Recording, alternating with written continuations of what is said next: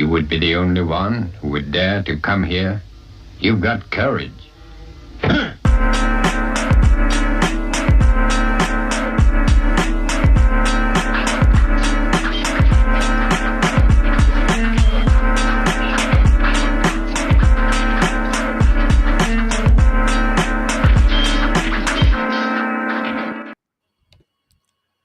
Yo, the Getcho Podcast crew is in the building.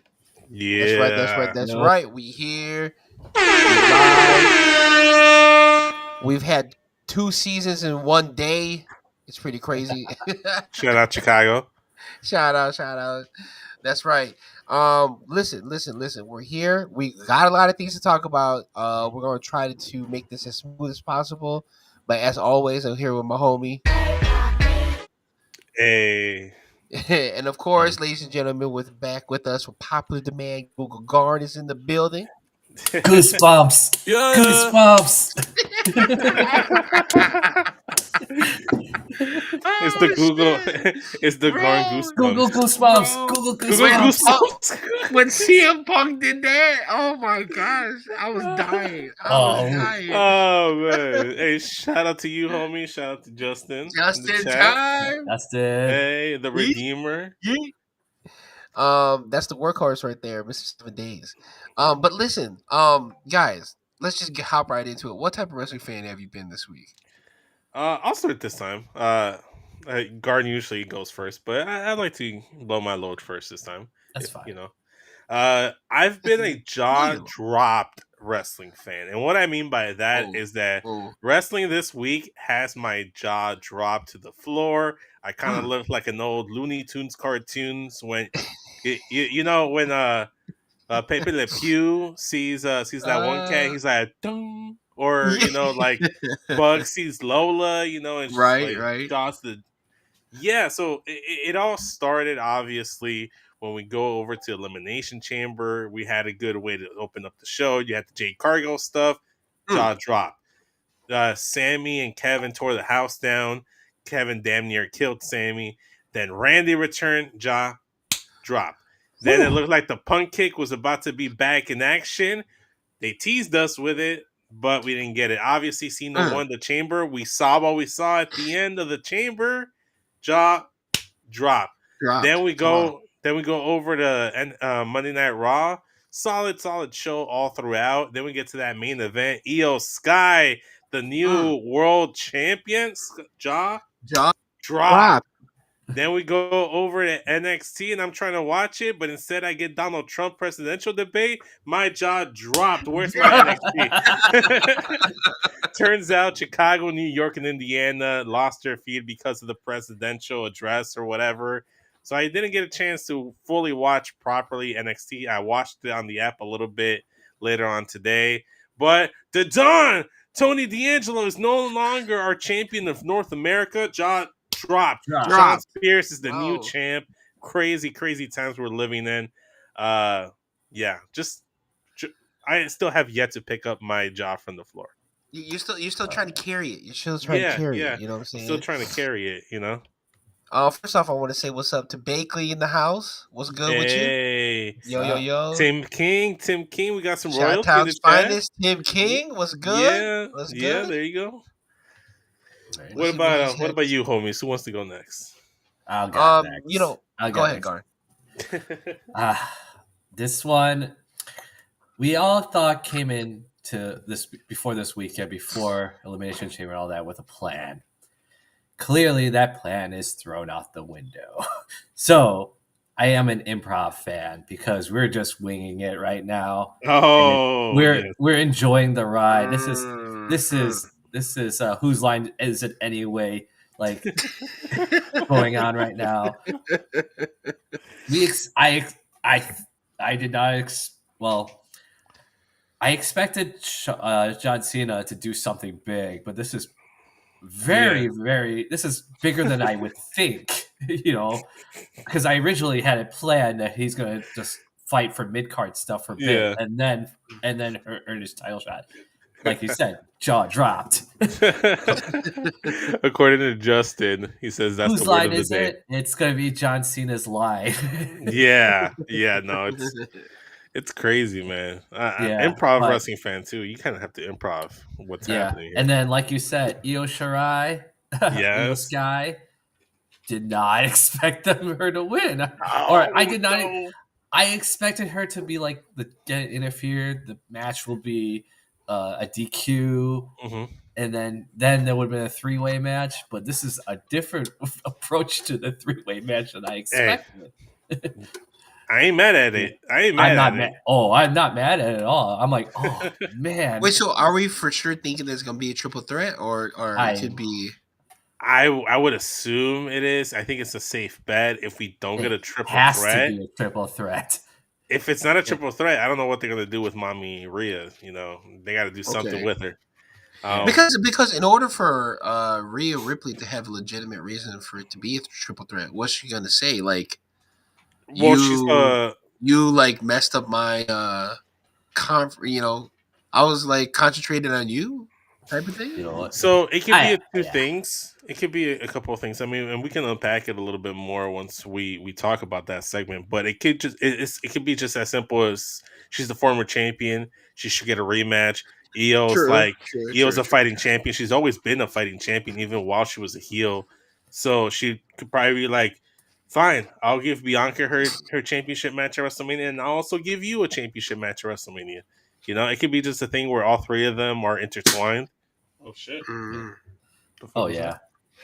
that? If But yeah. if that's not the case either, I'm just gonna enjoy the ride because this is Oh good yeah. ride. This is scenes from a hat right now. We're just pulling things out of the Yes. hat. True, Yes. true, true, and just seeing Uh, what la- works. last week on Smack and Raw, I said that I was a little car sick. I was not enjoying the ride to WrestleMania. But you know what? The bumpiness of the ride, the road trip's gotten a little bit smoother. Like I pulled over, like threw up a little bit, my stomach's Right, clear. right, I'm good to go now. I'm good to go. right. For What for about you, those that homie? do long driving, for Oh those that do yeah. long driving, Oh yeah. right? At every point, like you get sick of the drive, right? You Well, get I tired don't, of I it. don't, It I gets don't know. boring. Just But thank goodness there's places. Oh, go ahead. Yeah. I don't know, Go ahead. just like I don't think you and I are that much of the drivers. I feel like our wives are usually the ones driving us around.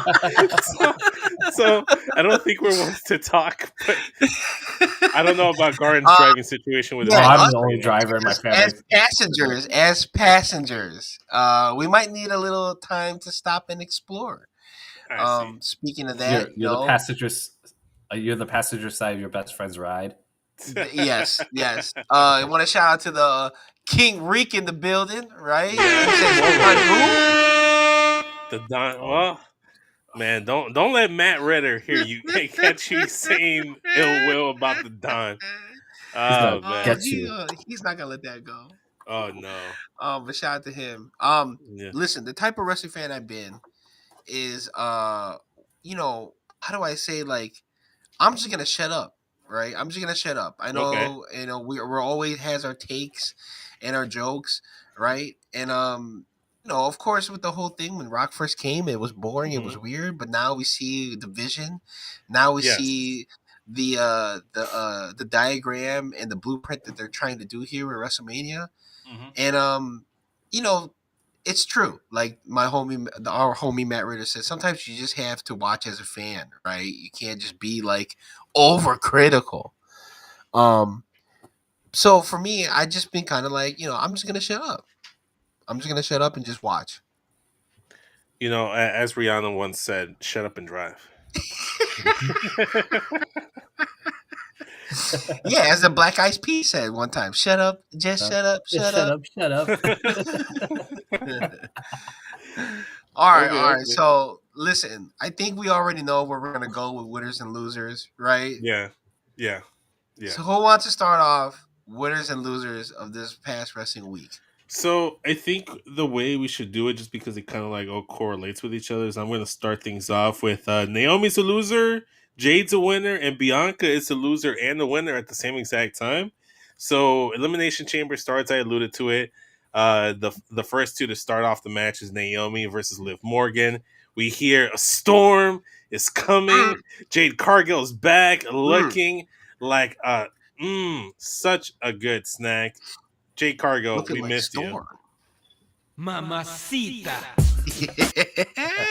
So she comes in. Obviously, they make us think that she's gonna attack Liv Morgan. Liv Morgan looks like she's shitting bricks. She goes and attacks Naomi. Bianca Belair is having a whole mental breakdown locked inside the pod, executed perfectly, by the Dude, way. Then continues to kill her in front of everyone. Alexa Bliss is like, "Holy shit, what is this?" And what like, did I I'm on come back Smash. to? What did I come back to? Who is this woman? Because we got to remember, Alexa never crossed paths with Jade, so this is all new to her. This is the first time Right, she's seen right. Jade. So, like, Naomi gets got, right? Jade dips. Bianca's distraught. She's the first person to come out of the pod. Eventually, she does win the chamber show, so she is the number one contender to the world championship over on Raw. So that's why she's a winner. But Jade's a winner because she's back. But Bianca's also a loser because I don't know. She looks a little guilty. She feels a little guilty to me because Mm. when they asked her after she won, she's like, you know what, I'm not even trying to focus on that. Or they were asking about the Jade stuff. It's like, you know what, I'm not even trying to focus on that until I get a chance to talk to both Jade and Naomi. I don't even know what's happening. Naomi obviously is in a vegetated state at this point in time, so she can't answer. Jade Cargill has not answered Bianca Belair in like months at this Mm-hmm. point.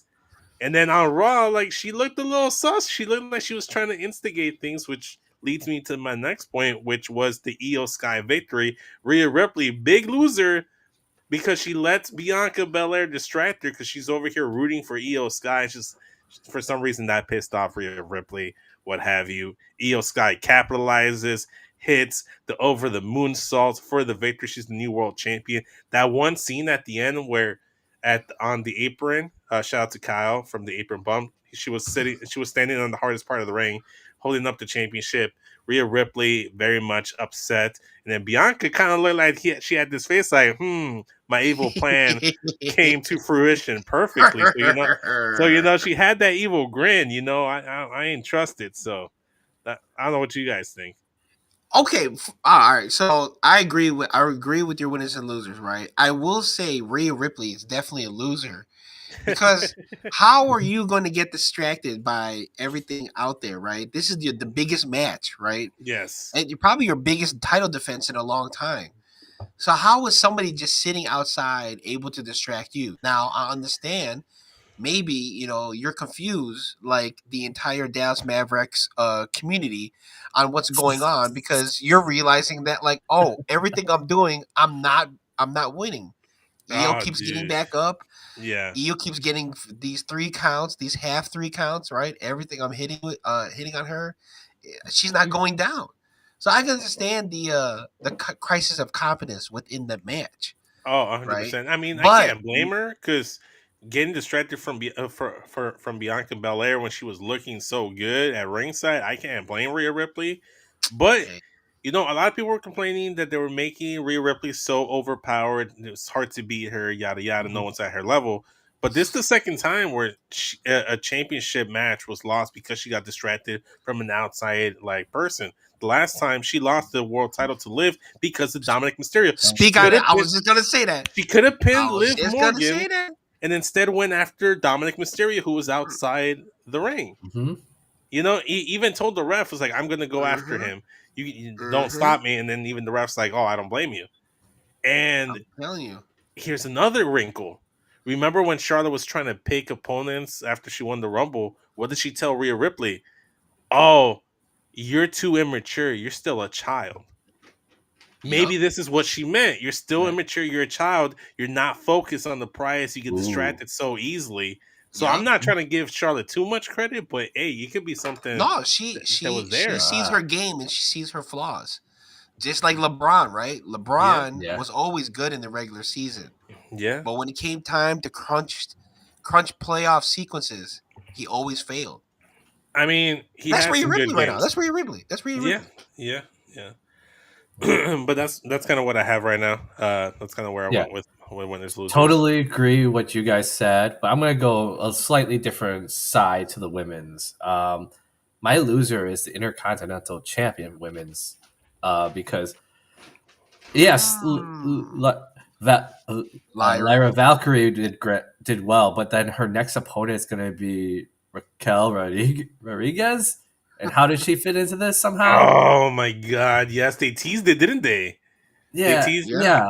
yeah. And I'm like, the Intercontinental Champion is supposed to promote like talent that has not been utilized totally.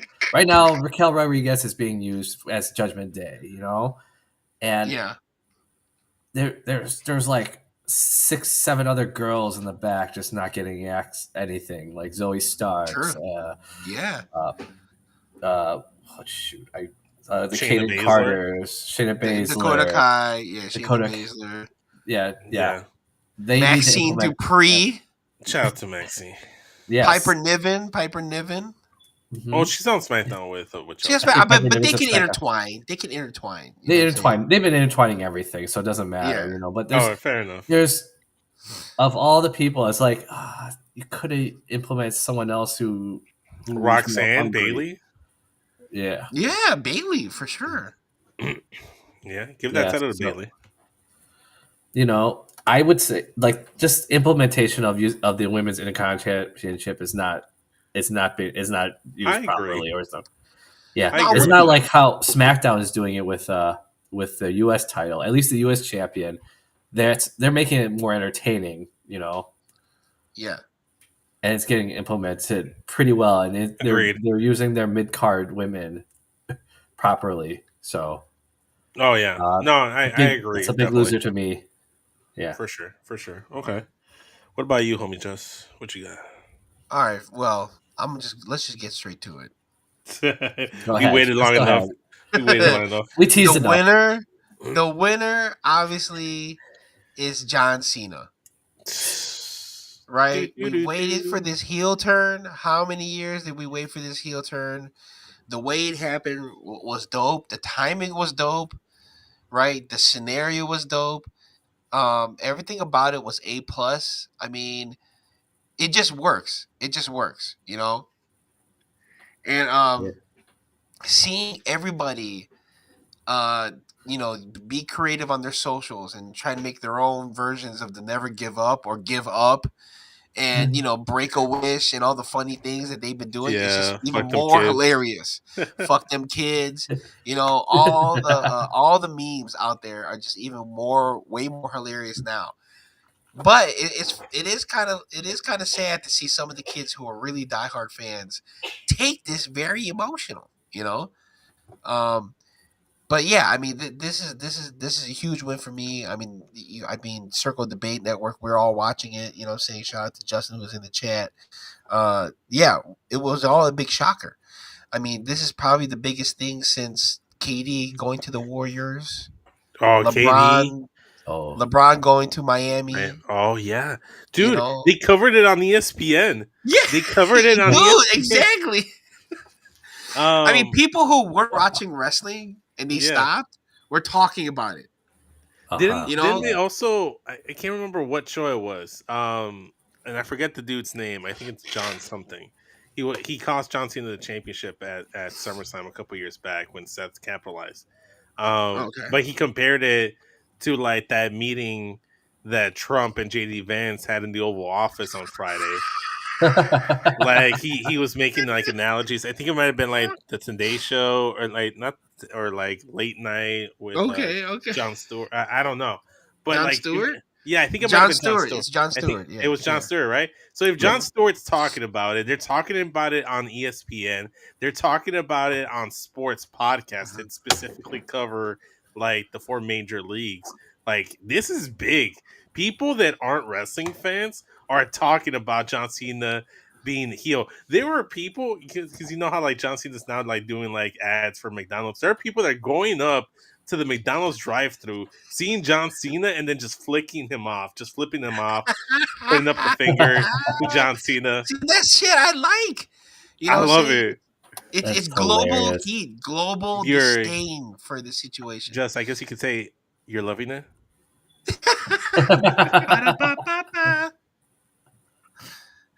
Oh, hold on. Let's get to Bigley up in here. What he say here? Noemi looked back at Bianchi and didn't react while Bianchi screamed. Oh, yeah, interesting. Yeah. Mm-hmm. Like I've been saying it. I've been saying it. Bianca was definitely behind the attack. Look, I've been saying Naomi might have been the one that actually took out Jade, but it could have been Bianca that The put the hit mastermind out. was Bianca. She could have been the one that put the hit out on Jade. You know, because she saw her rising, saw her as a threat. You know, I couldn't rise up to where I want to be if she's here. You know, Naomi is gonna get something out of this, but Bianca also gained something because she didn't lose the tag titles. Mm-hmm. Right. No, I'm with you. And Yeah. what if though? Like, what if we're just like since we're here just talking about this? Like, what if we decide to build their load and have the triple threat early before Mania, Okay. and then Jay comes out and costs Bianca that match, and then that sets them up for Mania? I don't know. Like, I wouldn't be opposed to it. I just think it would be like, oh, you did the whole chamber, and then whoever won the chamber isn't actually going to wrestle at WrestleMania for the title. Yeah. So it might just be like a thing where it's like. So here's my thing. Would you want Fatal 4? Fatal 4? Or that's too much. It's overbooking the whole thing. No, because I think you still got to do something with Naomi. So like let it play out. Let it play out, because SummerSlam this year is 2 nights. So you can treat SummerSlam like WrestleMania Summer Edition, you know, just how you get like those Summer Edition Red Bulls, you know, like this is WrestleMania Summer Edition. So let Jade, Naomi settle their score in WrestleMania, and as the time goes along, Bianca's trying to make it seem like I had nothing to do with this. I didn't know this was happening, but things start to slip. We start to find out that she was actually behind it, and let Bianca Jade happen at SummerSlam. That way you let this feud simmer, properly cook. Like I know sometimes, when you're in the kitchen and you want to cook, you put the burner on high. No. Sometimes you got to put it on the medium heat, put the top low on it, and let it slow. Yeah. Low, slow Let it is stew. the goal, Hey, look, what with the bars early? I mean, it's just like when you're cooking lechon, right? You can let that thing sit for a while, Yeah, 100%. Shout out my lechonaries, my lechon diary. Yeah. If you're cooking chicken, you got to make sure it's nice and cooked. You don't want salmonella, No, you don't want salmonella in your Jade Cargill Bianca Belair feud. So you don't want that. You don't want that. You don't want that. Yeah. No. But go ahead, Garn. What about you? I was gonna say, what was your reaction? By the way, what was you guys' reaction when the John Cena heel turn popped off? I was excited. The timing was, like I said, you said perfect. And just to toss in some Austin theories, this was hinted many times throughout, like during the whole last year, especially when The Rock came out. He flashed the 3, which is basically John Cena's, Either that, or he was trying to either that. He did the backwards 3 though. Yes. So, hero, villain. Get your own two flashed it. I'm just saying. Either that or he did this, and then the camera panned away before he could do the Cero Miedo part. Yeah. So like maybe it was supposed to be like a Cero. You can hire for Penta. This is someone should get Penta to like look at when he does that and be like, but took my remember, WWE has been experimenting on just people hinting in the background a lot. Yes, when it comes to like Nikki Cross hiding in the back, or with Dom sneaking around in the back, and then Liv following behind. Finn Balor. They've been hinting at stuff like this for a while. So this could be something that they've been planning for a while. Like it's like, and then they're using these little Easter eggs to make you guys think. And dude. Speaking of Easter eggs, I mean, every time that they have a segment or a fight, and it's outside by one of the trucks, and one of the trucks has a face. Everyone now, the chances of that person's face showing up in the storyline increases. Like, okay, because people like to look at Rock's fingers, right? They're like, okay, who's this third person now, right? Because he did 3, now it's 2. For some reason, I guess they're saying that, like, okay, we got 1 down, now we got 2 to go. And we're not counting Travis Scott, right? Yeah. And so like they were outside and they did something and Stone Cold's face was on the truck. I don't know about that one. I think See, you I guys are don't know reaching. that either. I You mean, guys I are. hear that's a stretch, right? That's a That's a stretch. fantastic stretch. Like your name's Reed Richards. You know that. Hey, Like your name is Stretch Armstrong. it's a stretch. It's a stretch, but who knows? They got for God's sake. Last year, Undertaker came out of nowhere That's for true. For WrestleMania no stuff reason, no for setup no whatsoever. reason. Granted, I Which think that was supposed to be Stone Cold, but even that yeah, didn't. yeah. Yeah, that I'm So was gonna get the random. money I right. don't know. I'm gonna get the It's money tough to right. say.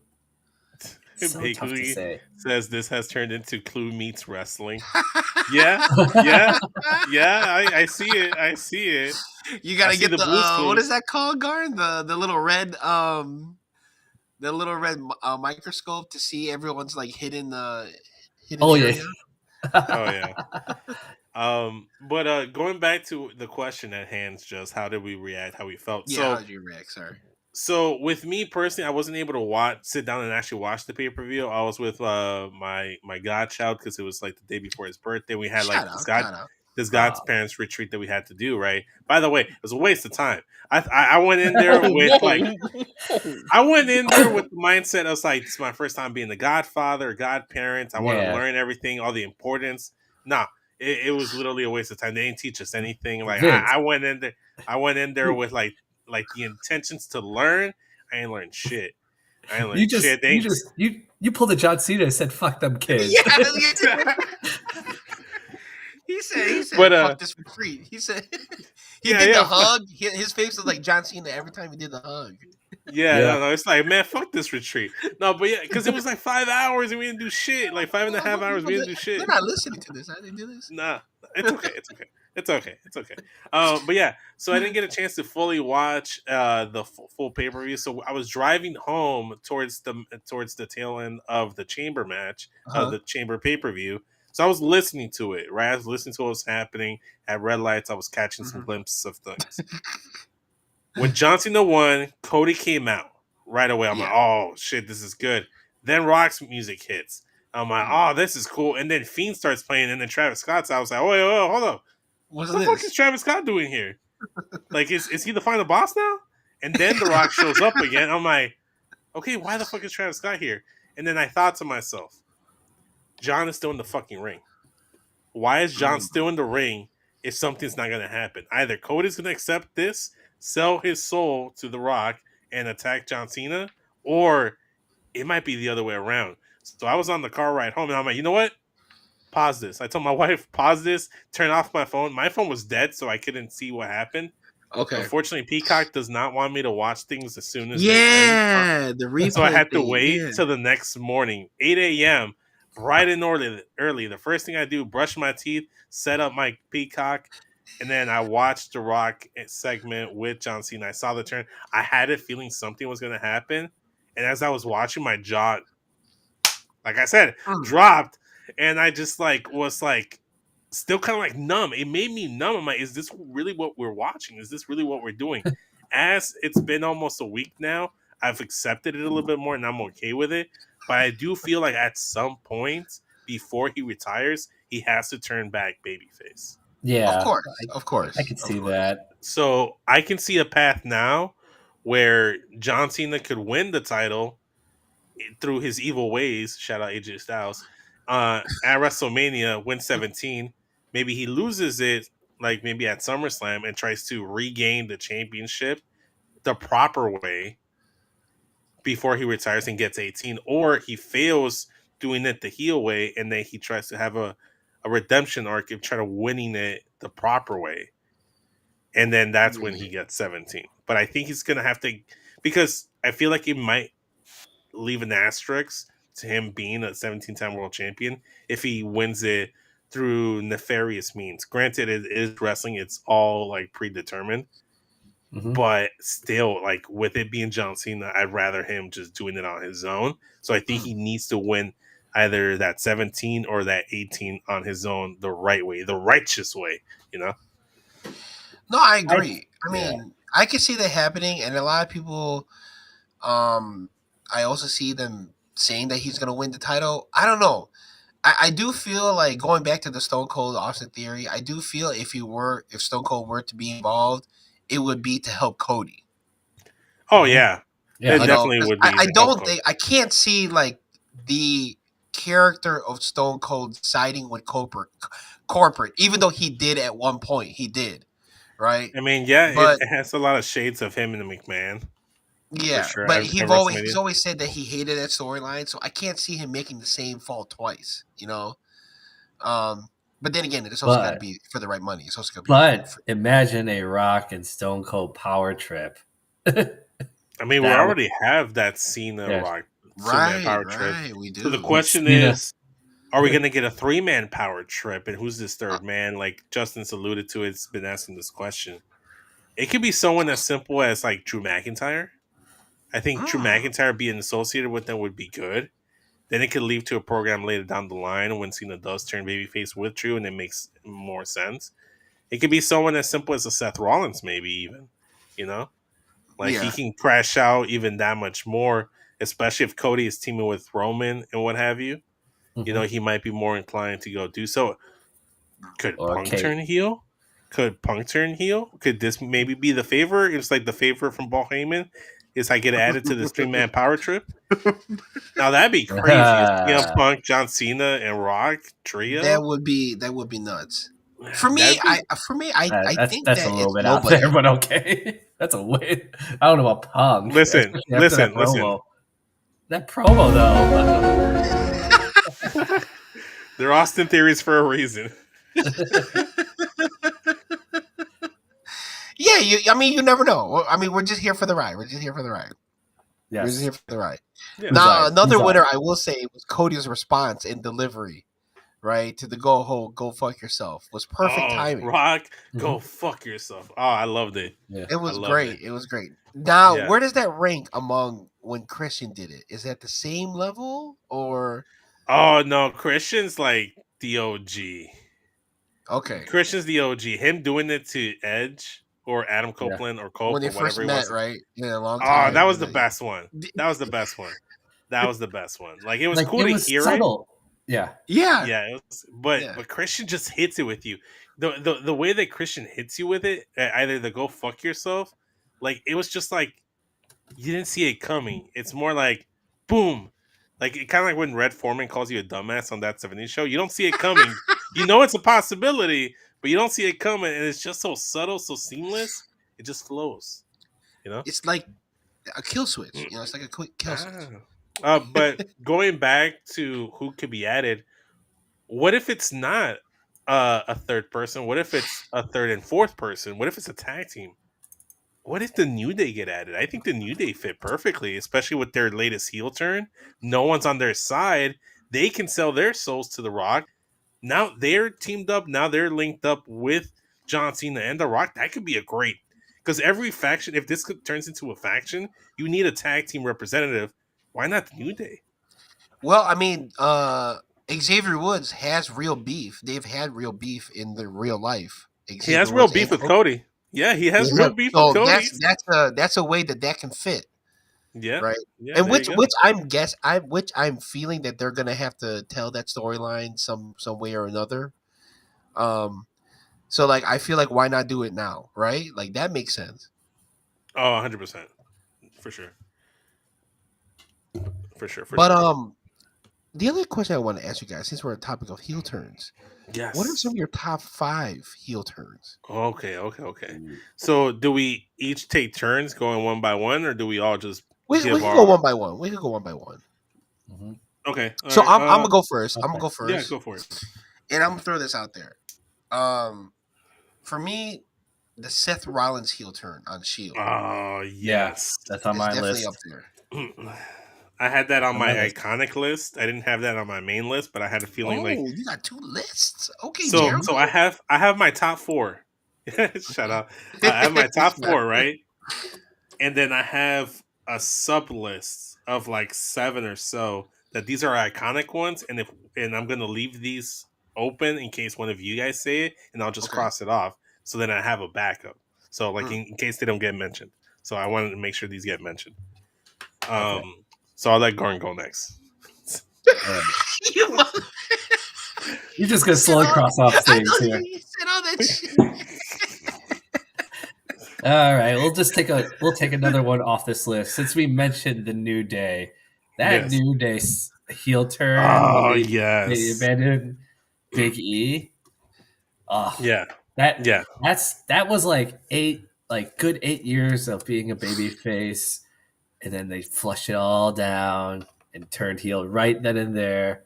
Turned their back on Yeah. Big E, even though Big E did his best trying to recover. For sure. And recover. It's hard to recover from a broken neck. Oh, Yeah, dude. come Yeah. on, dude. And then, And Big but E's reaction is what really got it too.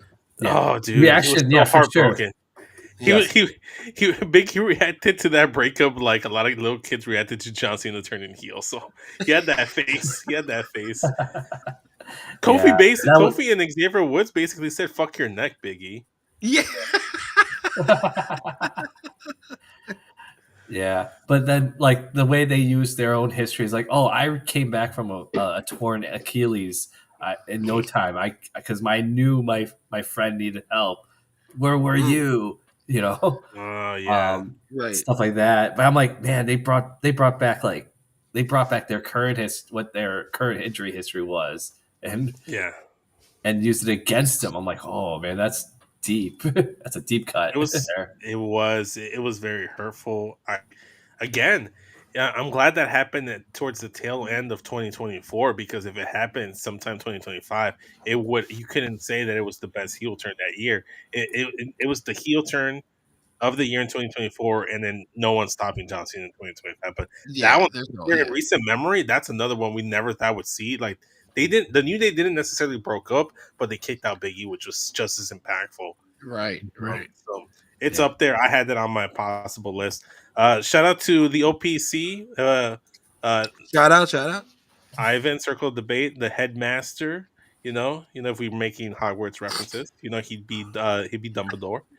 He says, "What's good, familia? Los tres papacitos of podcasting. Let's go, baby." Let's go. So speaking of which, I'm gonna go with one of my favorite heel turns of all time, and that's gonna be Bailey kills the Bailey buddies. Takes Yep. off the hoodie, Yep. takes an axe to the She has Bailey a new buddies. haircut, right? That New haircut. We got the new edition of Pam. That's how we got to the role model era of Bailey, the golden role model of Bailey, the current era of Bailey. If she never kills the Bailey buddies, we never get Damage Control. Never. And we never get the role model. We never get the role model. We never get the golden role models. We never get Ding Dong Hello. Exactly. I love Ding Dong Hello. Shout out to Streets saying yo in the chat. He just popped in. We appreciate you. We're listing our top 5 favorite heel turns. So list it in the chat, guys. And then at the end of ours, we'll get to yours and then we'll go from there. But yeah, that's my first one. Bailey kills the Bailey buddies turn heel. Because I never thought I'd see Bailey turn heel. Because she seemed like the ultimate baby face. Yeah, Bailey turns into a Karen. Marks with Mike's That's true too. JT says, "Yo, what's good, fellas? What's good? What's good, JT? What's good? Good to see you, homie." What about you, Justin? Back to you. Okay, man. so I know this gets debated a couple times, but to me, I feel like this started the whole heel turn trend. Right? Was the HBK Marty Jannetty, right? Barbershop segment. Barbershop. Before that, I don't think there was very much heel turns that were very how do I say iconic. Iconic, yeah, they weren't iconic. And when you go back to heel turns, that's always the one that's like on the top 10. Yeah.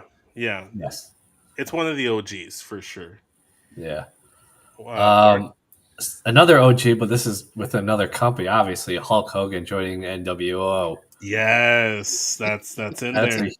That's definitely a big one, especially like a longtime baby face teaming up with the two. Well, at the time, young outsiders.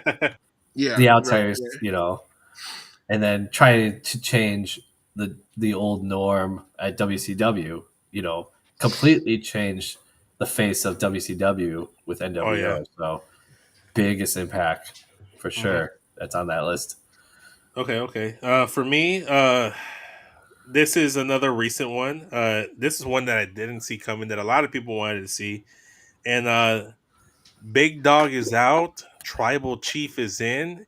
He's a Paul Heyman guy, and he's sitting at the head of the table. Ooh. Who can remember? Who can forget the iconic shot of Roman Reigns signing, like getting the contract to sign to be in that triple threat match between the Fiend, R.I.P., and Braun Strowman?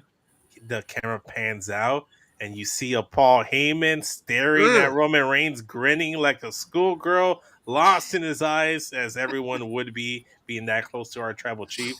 Acknowledge him; he is the one. That was one of the best heel turns because, like, it led to the Bloodline saga, one of the Dude, it best led to everything storylines. today.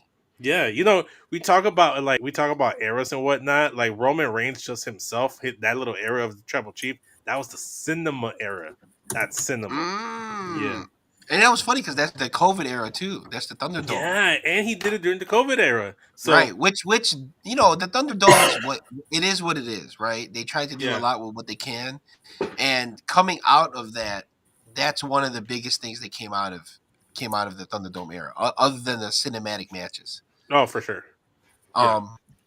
Speaking of cinematic matches, Undertaker Yeah. turning his back on Paul Heyman when he let the cement fill up. I mean, Paul Bearer I mean, when he Paul let the Bearer. cement fill up. Not Paul Heyman when he let Paul Bearer when he let the cement fill up on his ass after Oh, he beat yeah. the Dudley Boy. I mean, Paul Heyman was there. He was involved. No. Huh?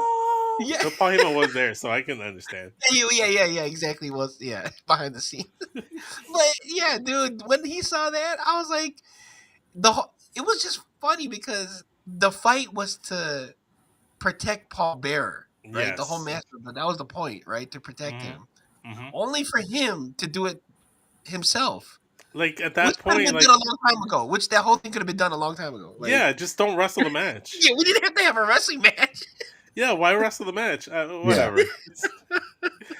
I mean, he came back later on, and then like Kane put him in a walk-in freezer and left him there to die. So that was the last time. So they both took their cracks at Paul Bearer. Just like they treated America. Just like they treated America.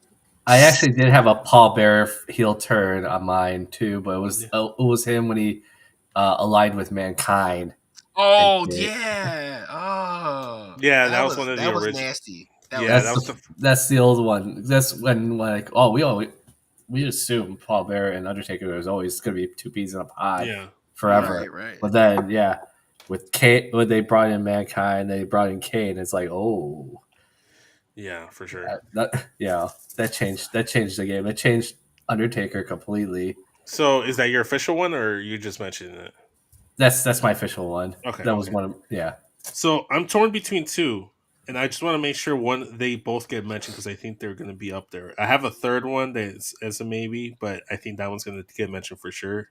So my number 3 is going to be Ciampa kills off DIY, attacks Johnny Gargano. Oh my god! It's so iconic because this was probably it's up there with like the best feud in NXT history. And what was so cool about it is that it was the first time, granted later on in the NXT era, we had various instances of like the end credit, like the signature. And then they still continue, so they swerve us by playing the little like graphic on the bottom right. Third, So before we'd see that, that's the end of the show. No, that was the first time that I can remember, if not the exactly first time, where they showed the little like credit at the bottom. The show's ending. No, Ciampa comes in, beats the fuck out of Gargano, kills him.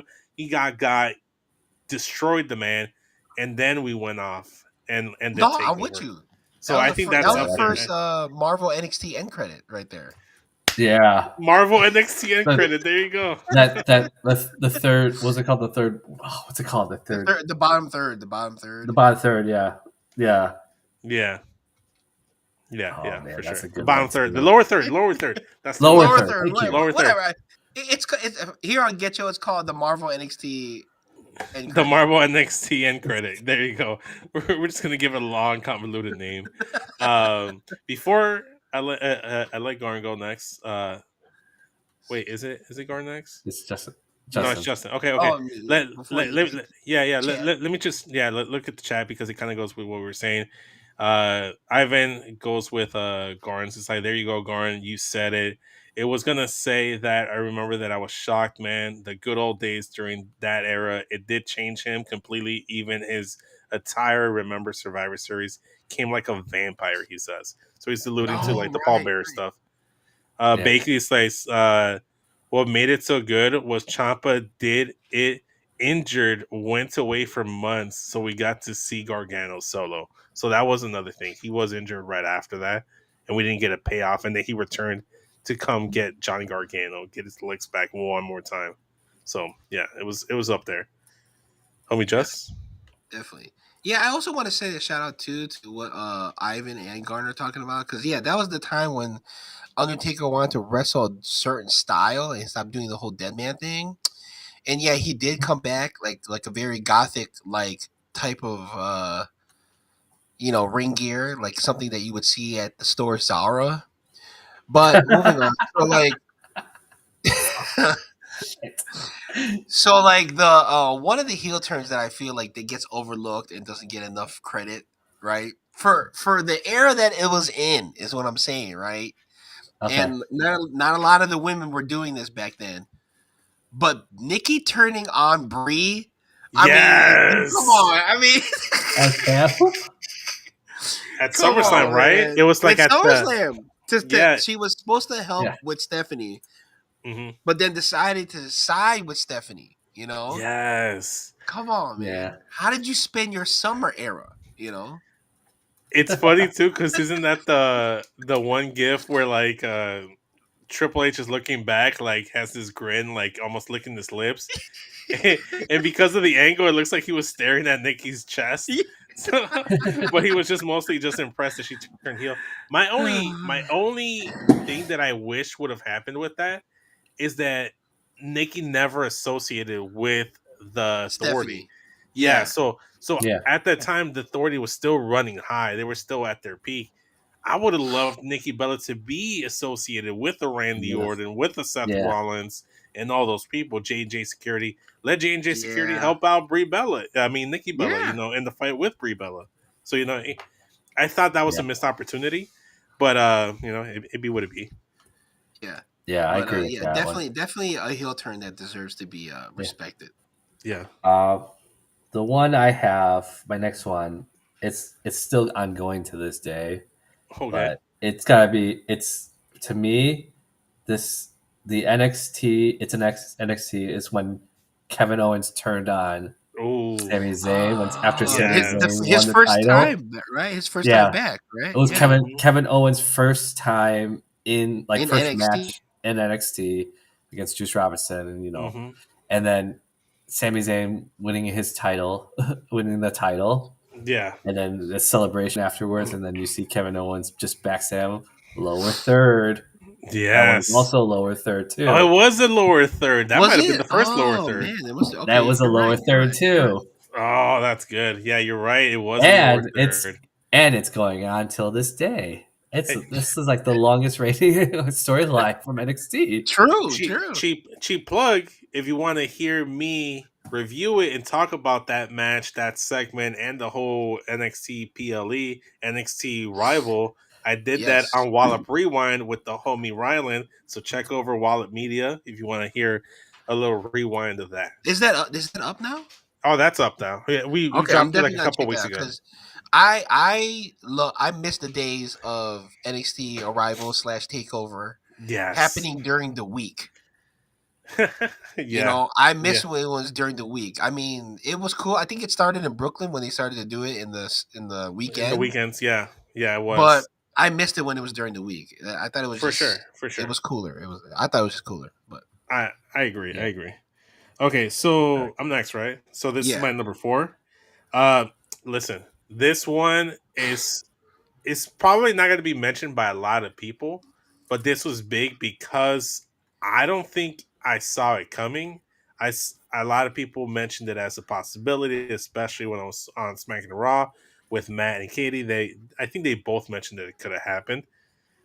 And I think this heel turn saved this wrestler's career because before this, they were just like a bland baby face and Mm. didn't really have a personality to themselves. They were just Rey Mysterio's son. So of course I'm talking about Dominic Mysterio turns heel at Clash of the Castle, kicks Adam Edge Copeland in his Copeland, turns on his father.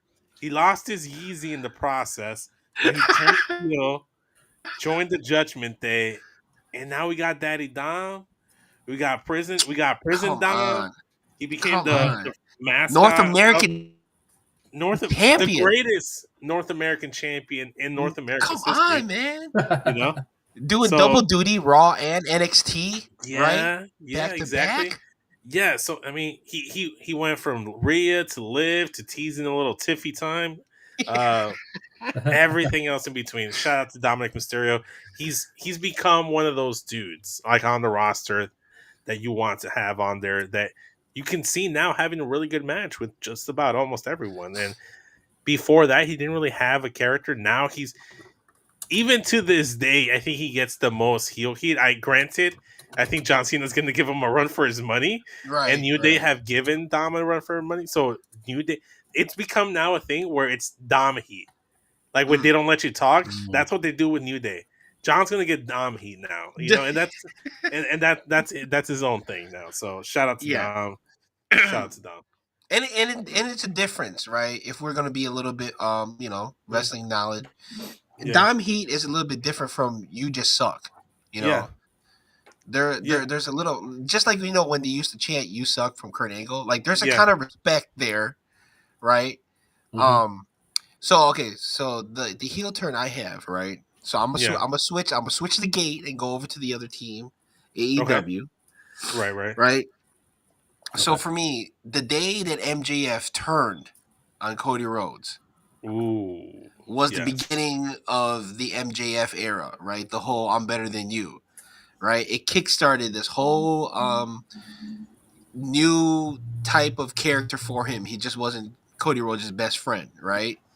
So to me, I think that's definitely a heel turn that's gonna be on the rankings.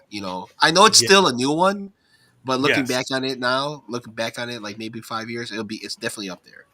I mean, honestly, like he was always doing the "I'm better than you" and I know it shtick, but he was always felt like Seth Rollins when he was part of the Authority. He was Mr. Money in the Bank. He just wasn't the dude because Randy Orton was the dude. He was the champion. Now you look at AEW, one of the big names is MJF, and he had that potential from the jump. And I think that feud with Cody helped elevate him to being one of those dudes on NXT. Yes. So I'm with you. Mm-hmm. Not NXT, AEW. Yeah, I know what you mean. Sorry. What do you guys got? My last one I had. This one, it hits too real, I guess. But we didn't mention it, and I feel like it should be mentioned. The Montreal Screwjob. Oh yes, because that gave there's like four turn heels in there. 4 heels, but in the end, it gives the biggest heel out of them will be Mr. McMahon, the whole Mr. McMahon persona of the start of the Mr. McMahon that you know in the Attitude Era. That's probably the biggest one. Yeah, for sure. Okay. So it's my last one. I had like 5 honorable mentions before I got to my main one, but there are 2 other ones that I didn't mention. So okay, I don't know if you guys want to go on one more round. Yeah, go ahead. No, hit the because I think I have 2 honorable mentions. Okay. We'll go ahead. So we'll go one more round. We'll do 6 instead of 5. So okay, 606. Let's go. 606. There you go. 6-star picks. You mentioned Kevin Owens. You got to mention the Festival of Friendship with Chris Jericho. I knew it. Jericho. So it was fantastic. It was perfect. We kind of knew it might happen. The way they executed it was perfectly. Where you saw Chris Jericho just annoying the fuck out of Kevin throughout the entire segment. It crescendos with him receiving a gift from Kevin, and it's like, oh, it's a new list, and he's like, wait, why is my name on this? And then we see the slow reveal that it's not the list of Jericho, it's the list of KO. Kevin Owens kills Chris Jericho. Probably one of the greatest segments in history. And when the New Day heel turn happened, they were saying, like, this is as good, if not better, than the Festival of Friendship. So that lets you know how good Festival of Friendship was as a heel turn. Bakley also says Scott Steiner turning on Rick Steiner at Super Brawl. Oh yeah! Oh my gosh! That was big. Isn't that when he joins NWO? Yeah, I think so. Yep. Yeah. Okay. As a brother turning on a brother, that might be the best, to be honest. Yeah, there were a few. It actually led A somewhere. few of them. Yeah. Yeah. Okay. Just All right, so I'm gonna give my honorable mention, right? We're doing 6. So Yeah. so I'll fix in. So I was debating. I'm just gonna say Triple H, okay, because he has a lot of heel turns, and 2 of them they're iconic to me, and they're kind of at the same ranking. One of the first heel turns that he did was at WrestleMania 15, right? When he turned on X-Pac, basically turned on DX. And joined the corporation. Right? Because he went there and China helped him out, and you're thinking, okay, we're getting DX back, right? Then comes out during the Shane and X-Pac match, and we're thinking, okay, they're there for X-Pac. Nope, psych, they're there for Shane McMahon. So that was one. And then the other time was when he turned on HBK. This whole sequence of like, you know, who's the one that threw HBK into the car? Ended up being him. That was the OG J Cargo. That was the dude. I'm feeling that's what might be happening. You know. Yeah. So that's those are mine. They're kind of tied at the same. Okay, I feel that. Gordon, do you have another one? I have 2, but they're very, very, very similar. Okay. It's essentially an all-American sympathizing with the enemy. So I have 2. One of them is the old school Sergeant Slaughter sympathizing for Iraq.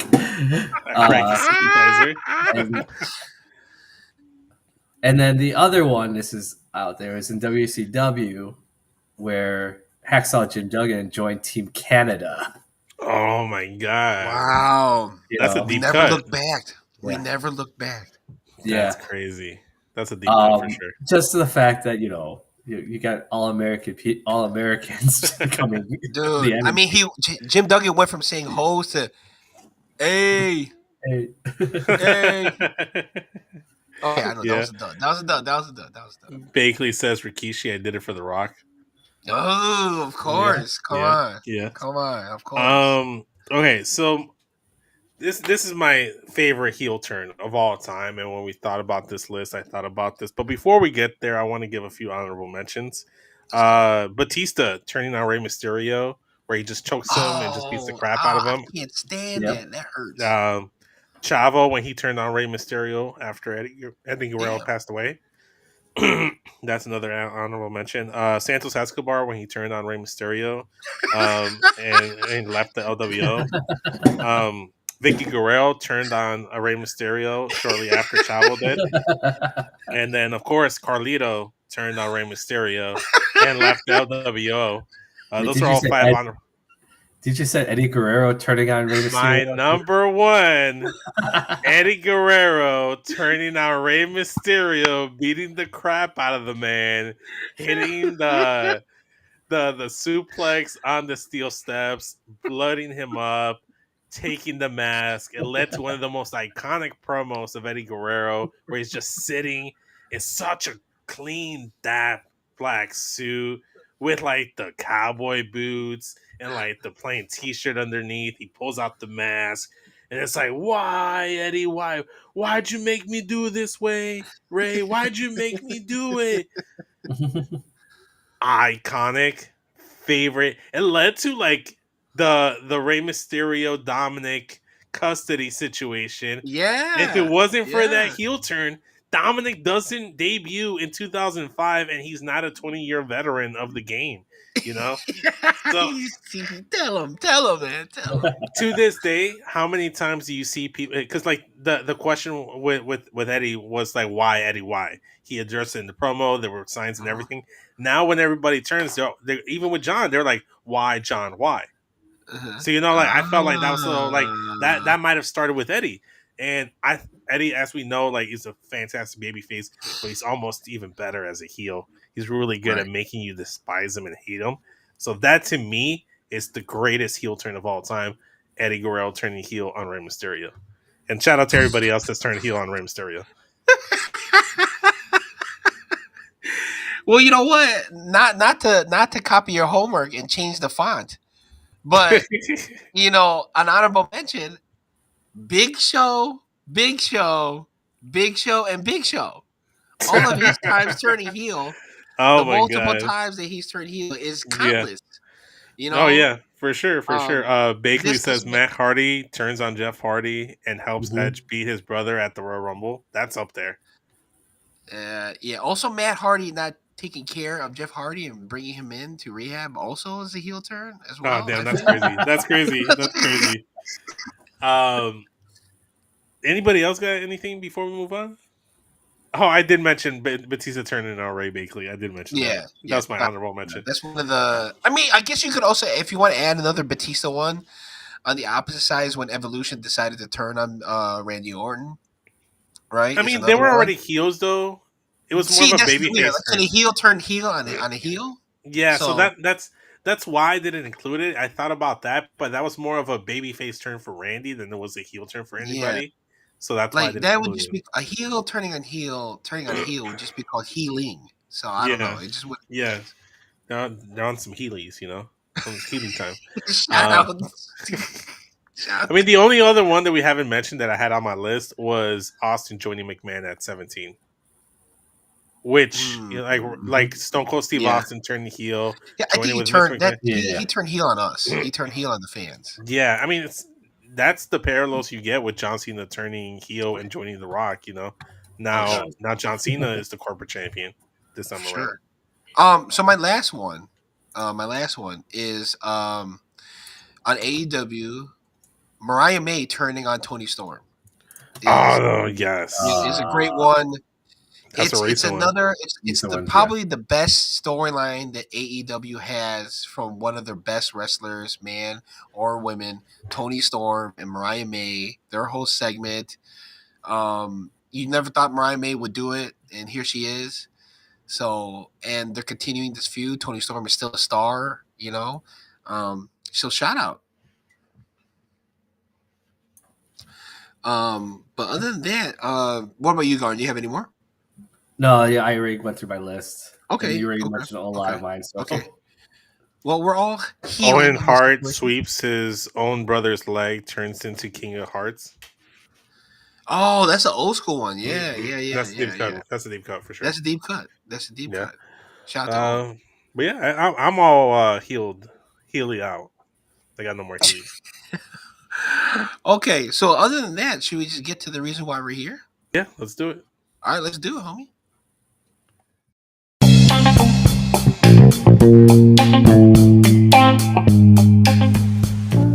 And now, Sweaty Session.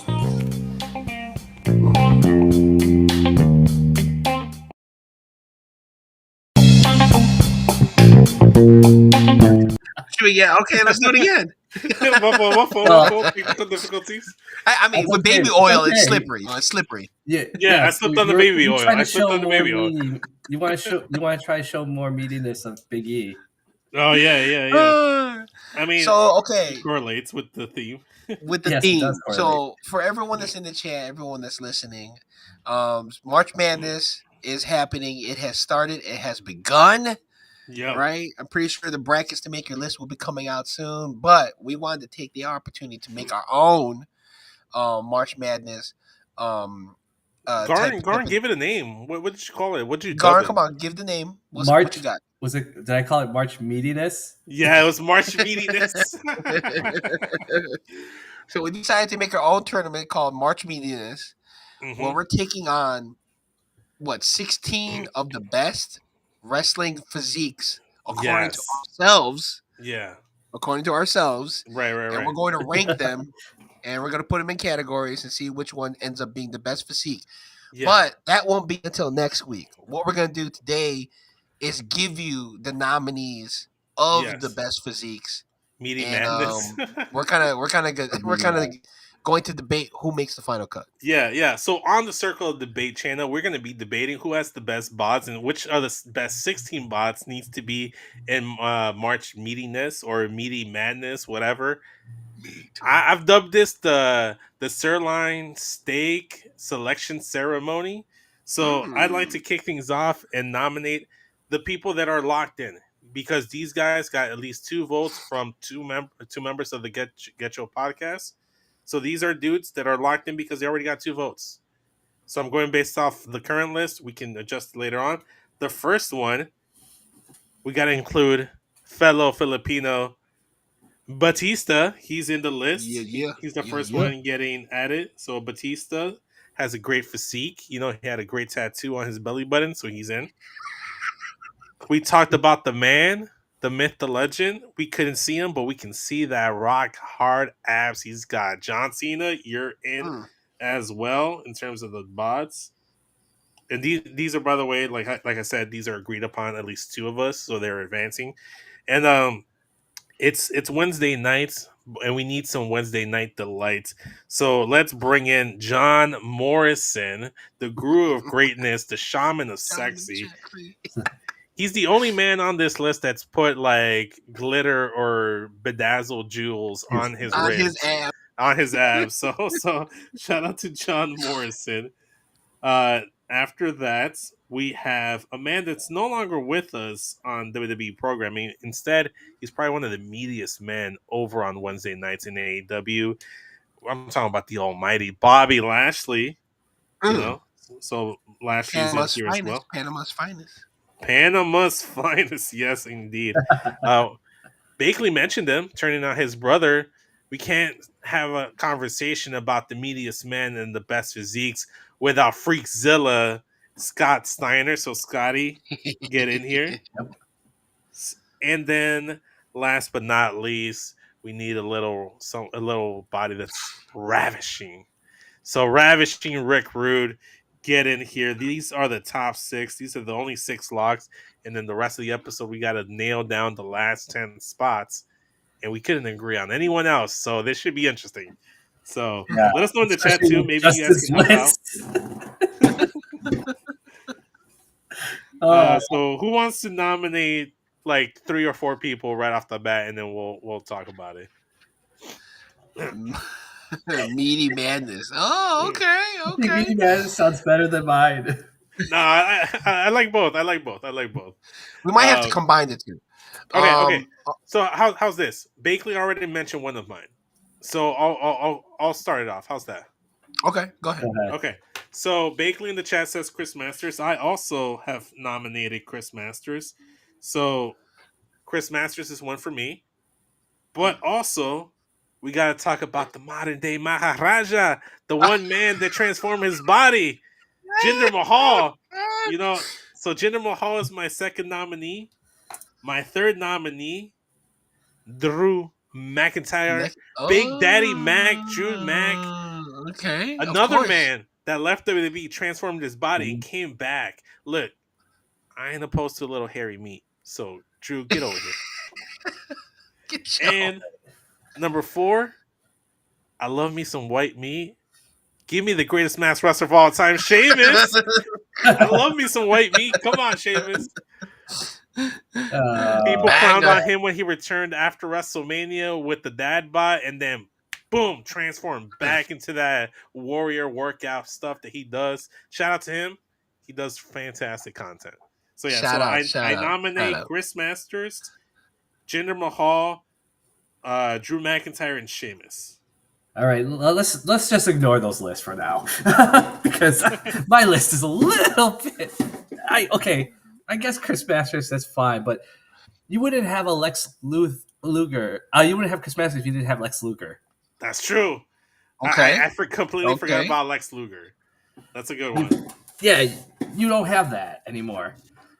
Yes. Also, like, a lot of your guys, I don't know. They're newer guys, but I kind of dug deep in mine as old Mm-hmm. school guys. So one of them,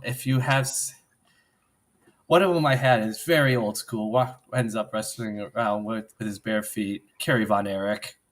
Oh yes. Ooh, That's Wait, a farm okay. body, and Barefoot, he you still said? get cuts like that. Wait. The You man- talking Barefoot. about? Are you talking about Kerry or Kevin? Is it Kerry, right? Oh Which- no, I'm which- sorry, Kevin. Kevin, the one that wrestled barefoot, right? Yes, I'm sorry. Kevin. Kevin had Yeah. the bod. Yeah. Okay. I like that one. That I saw that when you said it in your list, and I thought that was a great cut, especially since I watched Iron Claw. Ooh, Yeah. yeah. I did it because I watched Iron Claw too. He even had muscles in his toes.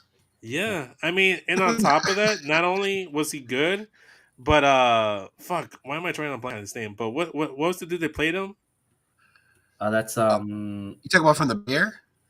No. that's just he played Carrie.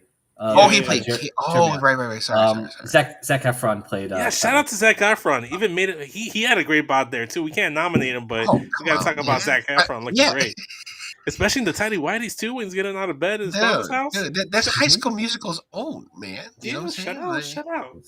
Vanessa Hutchins, where you at? So that's two of mine. Okay. My other two, I kind of went smaller because I didn't think of like people who are like super meaty too. Right.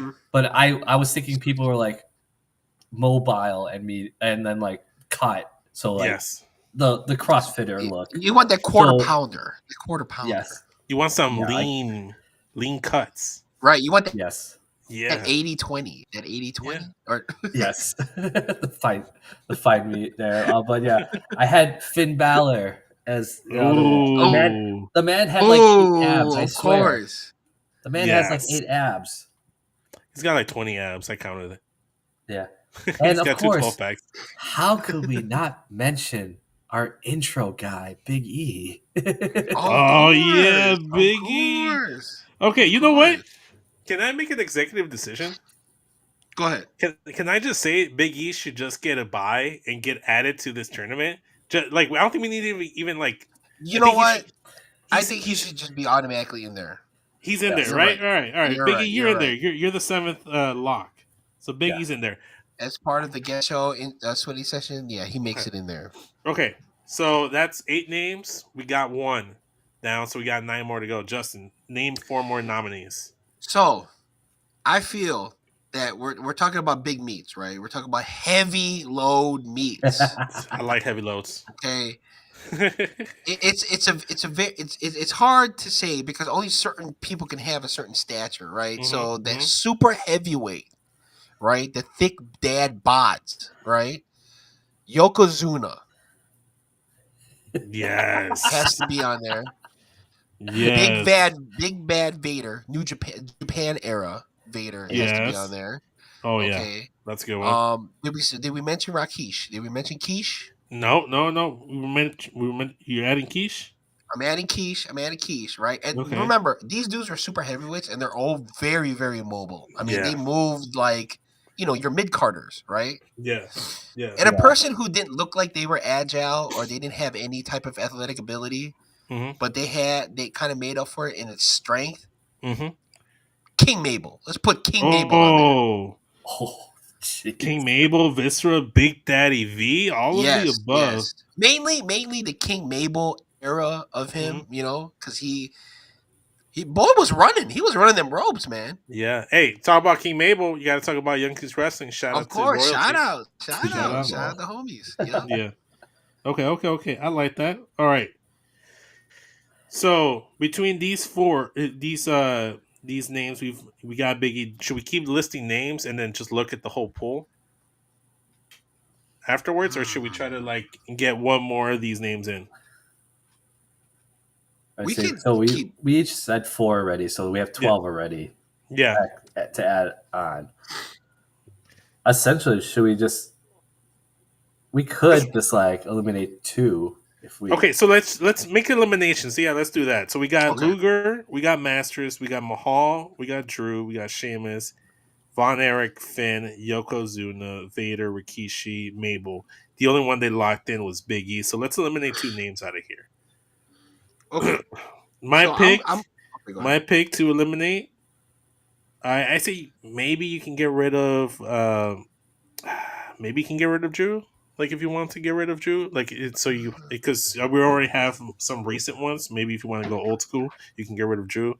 I don't know. What do you guys think? I I said don't get rid know. of.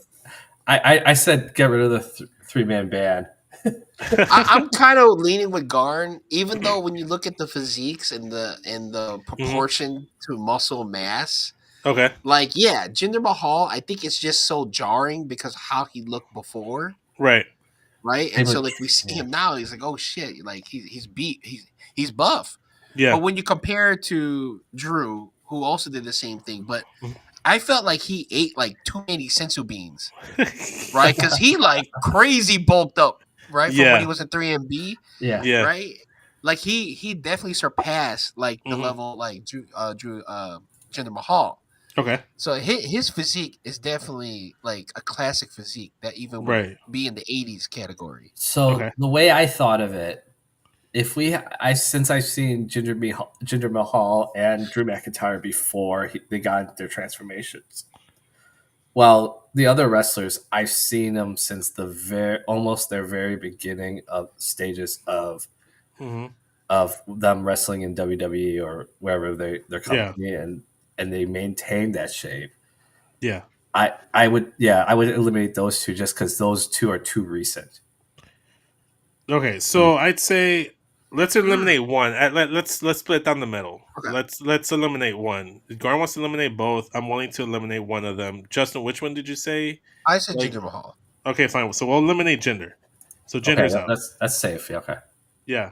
I think yes, you're right. I get the point that Garn's making about like, oh, we saw what they used to before. But I think that adds more weight to their physique now because, like to get that meat, they had to put in some hours in the gym. If I had to eliminate, I think we have 3. We got 4 big dudes. I think one of them has to go, maybe. And I think my choice would have to be maybe Yoko because it might have to be Yoko. It's either Yoko or Rikishi because I feel like they're too similar bods, That's two true, similar too. meats. They're both Samoan sandwiches. You can't have too many of those. See, so it goes down to this. You want to eliminate Yoko isn't a world actually champion. Asian. You want to eliminate a world Just champion. Yoko, yeah. You want to Yeah. eliminate a world champion or an intercontinental champion. We eliminated a world champion in gender, and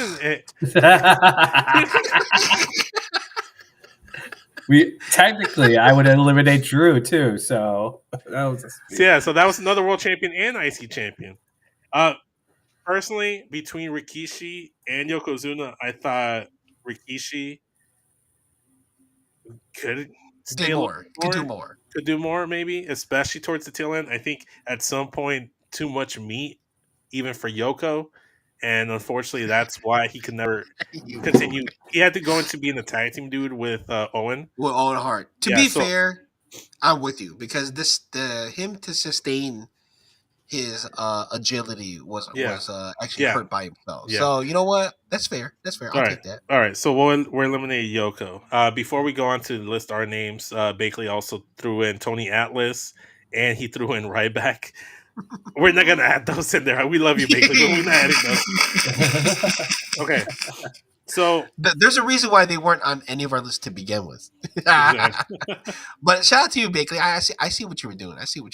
Okay. So here's another one. We talked about him already. The Tribal Chief Roman Reigns. Ooh, come on. Hey, I don't know. I'm just gonna say I don't know because he only you can only see arms. You don't see anything else. You see the bod, especially Tribal Chief.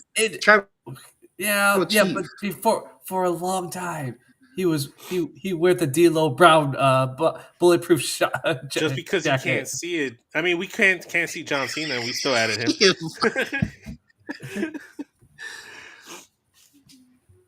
Okay, Don't be okay. hounded by the hounds of justice. Okay, how No, about we'll I'm- do this? I'm How about we hounded do by his this? teeth more than his bod, so that's the good. How about we'll do this? He stuck out more. tribal teeth. The tribal If teeth. if at least two of us agree on the name, it gets added as a nominee. So I'm nominating Roman. Garn's against it. I'm for it. Just where do you stand? Do we add the tribal chief to the list of maybes or no? It's tough. It's okay. It's You tough can say no. because I have a list Hmm. of I have a list called "Wait a Minute," right? And he would fit on the "Wait a Minute," category. Right. Now, okay, so I see what Garden's saying, but to maintain the size of the arms and that being the like alluring feature, I mean, it does give him some credit to be on a list of physiques, right? Because some would say that Finn Balor's abs might be the best thing on his body. That gets him enough to be on the list, right? Right. So in the same way, Roman also has to be on the list because of his arms too. All right. So And Roman. the teeth. And the So teeth. Roman isn't actually on like the Sweet 16, but he's getting nominated. Okay, so we're putting him on the Okay, list. so we can nominate him. We can nominate him. It's okay. We can nominate him. Doesn't mean he's got to be on the list. Next one on here, you guys may not agree with it, but I'm listening to him anywhere. Chicago's own David Otunga. He's a lawyer at law and a lover at night. Shout out Jennifer Hudson. Shout out Duke of Love. So what do we think, David Otunga? Should we nominate him as a nominee? He had a good physique, probably the best physique in that whole NXT season 1 or Nexus roster. Yeah. If you don't count John Cena, he had the best physique of Nexus. Yeah, for sure. Right next to Dana Bryan. I don't know. This picture I'm seeing it's not flattering right now either. So which one is the one with him in New York? It's one he was at the beginning of Nexus and he has his gut out a little bit, but then Okay. Fair enough. But he was very much a chest arms guy, right? Yeah, but he did. Yeah, but after a while he did. Oh, I don't know. Okay. I say I'm gonna say no. All right, I'm gonna say no. So he doesn't get nominated. All right, fine. Number 3 listed guy. I gotta add a Latino in here at some point, and you guys are talking about lean meats, lean cuts. Let's talk about Dragon Lee. That man is shredded, and he leaves nothing to the imagination. So Dragon Lee. Let's go. And technically now, Dragon Lee is Asian because in our racial draft, the Asian delegation drafted Dragon Lee. So he's also Asian if you want to. I'm not trying to get, brownie points, but, guys, he's not trying to get votes. I got you. I'm not trying to swing some votes here, but, Dragon Lee is Asian now, according to Getcho. Shout out Charlie. You know what? Nominate him. Yeah, nominate him. You know what? I'm seeing his pictures now because I haven't seen him on TV for a long time, so I have to be reminded.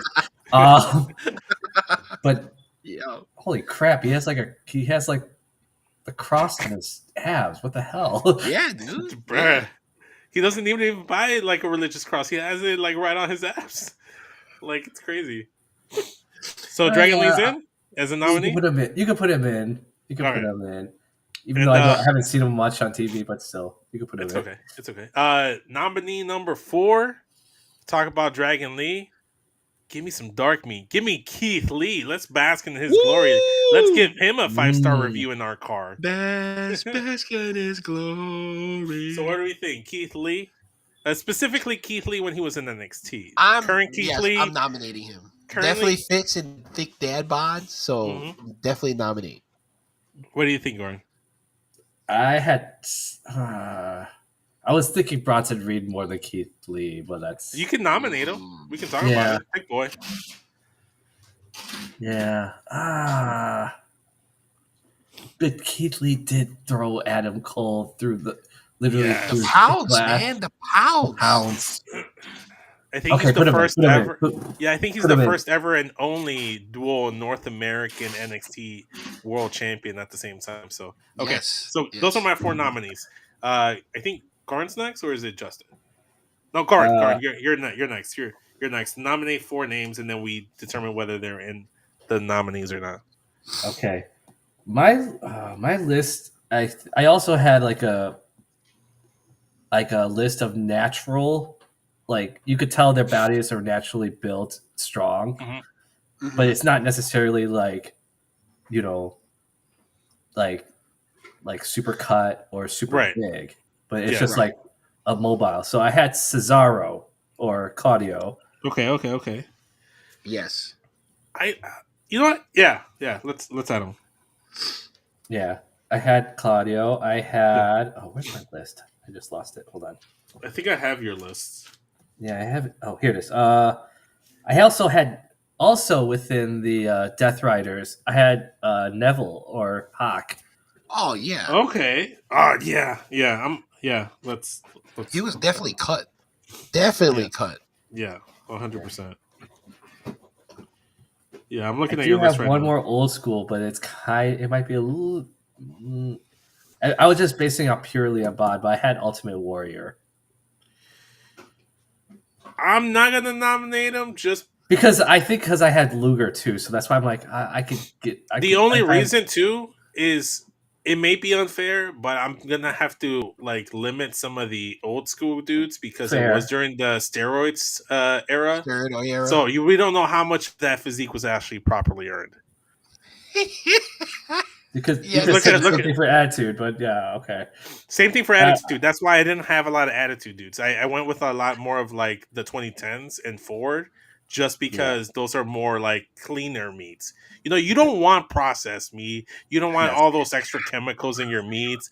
You know, I worked at a Vienna beef sausage factory. You don't trust me. You don't want that extra stuff in your meat. You don't want those you don't want nitrates? you don't want it to be a combination of chicken, pork, and beef. You want like the Exactly. real deal. Exactly. You want the real deal. You want it straight from the chicken. Straight from the chicken thigh. Last one, Garn.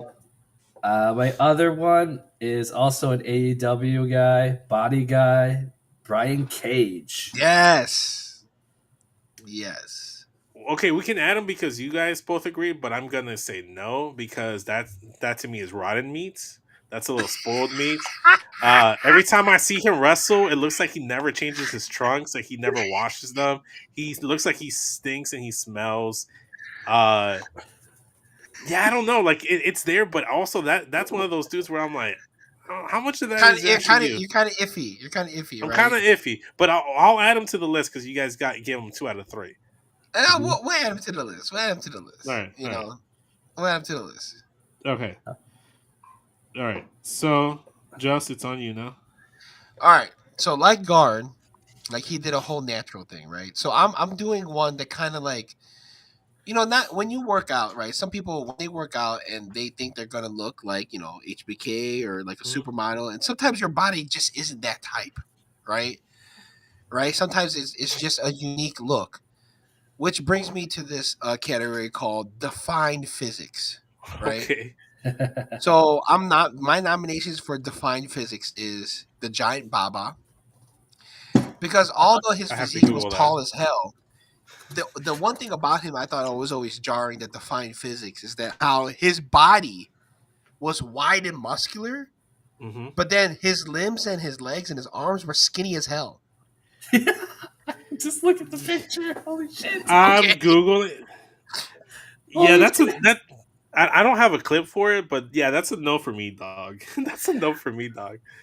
Okay, so then the other one I'm gonna also put I mean, there unless too. Garn wants to add him. If Garn wants to add him, then we'll nominate him. I don't think he could clothesline clothes on his arms.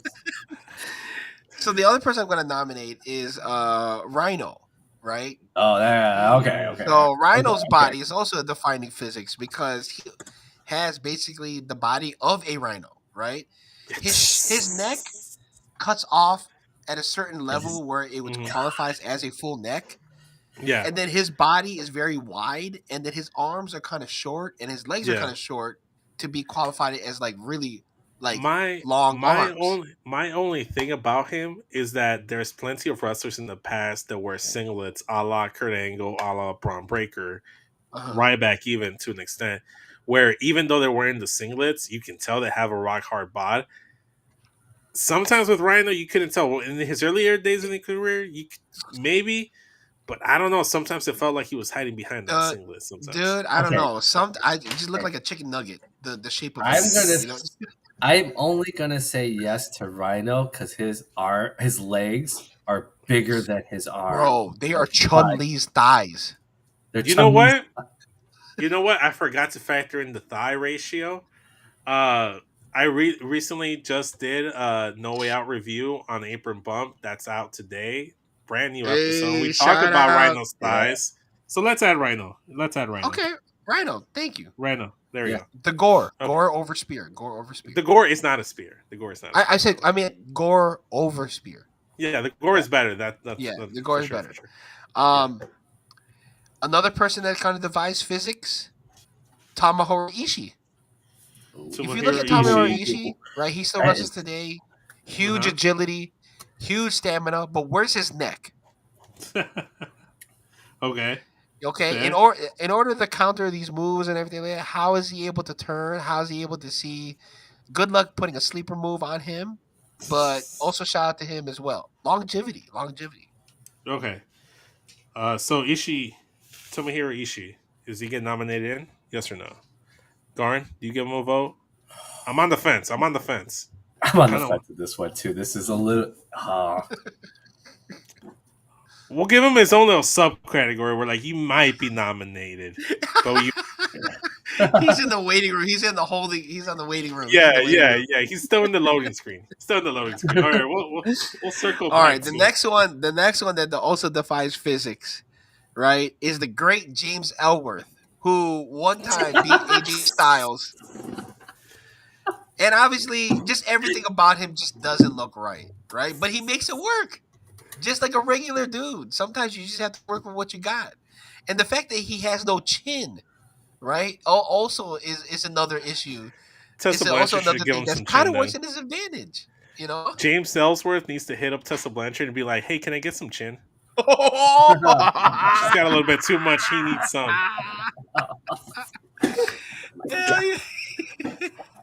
I'm going to say no. I'm going to say no to James Ellsworth. Okay.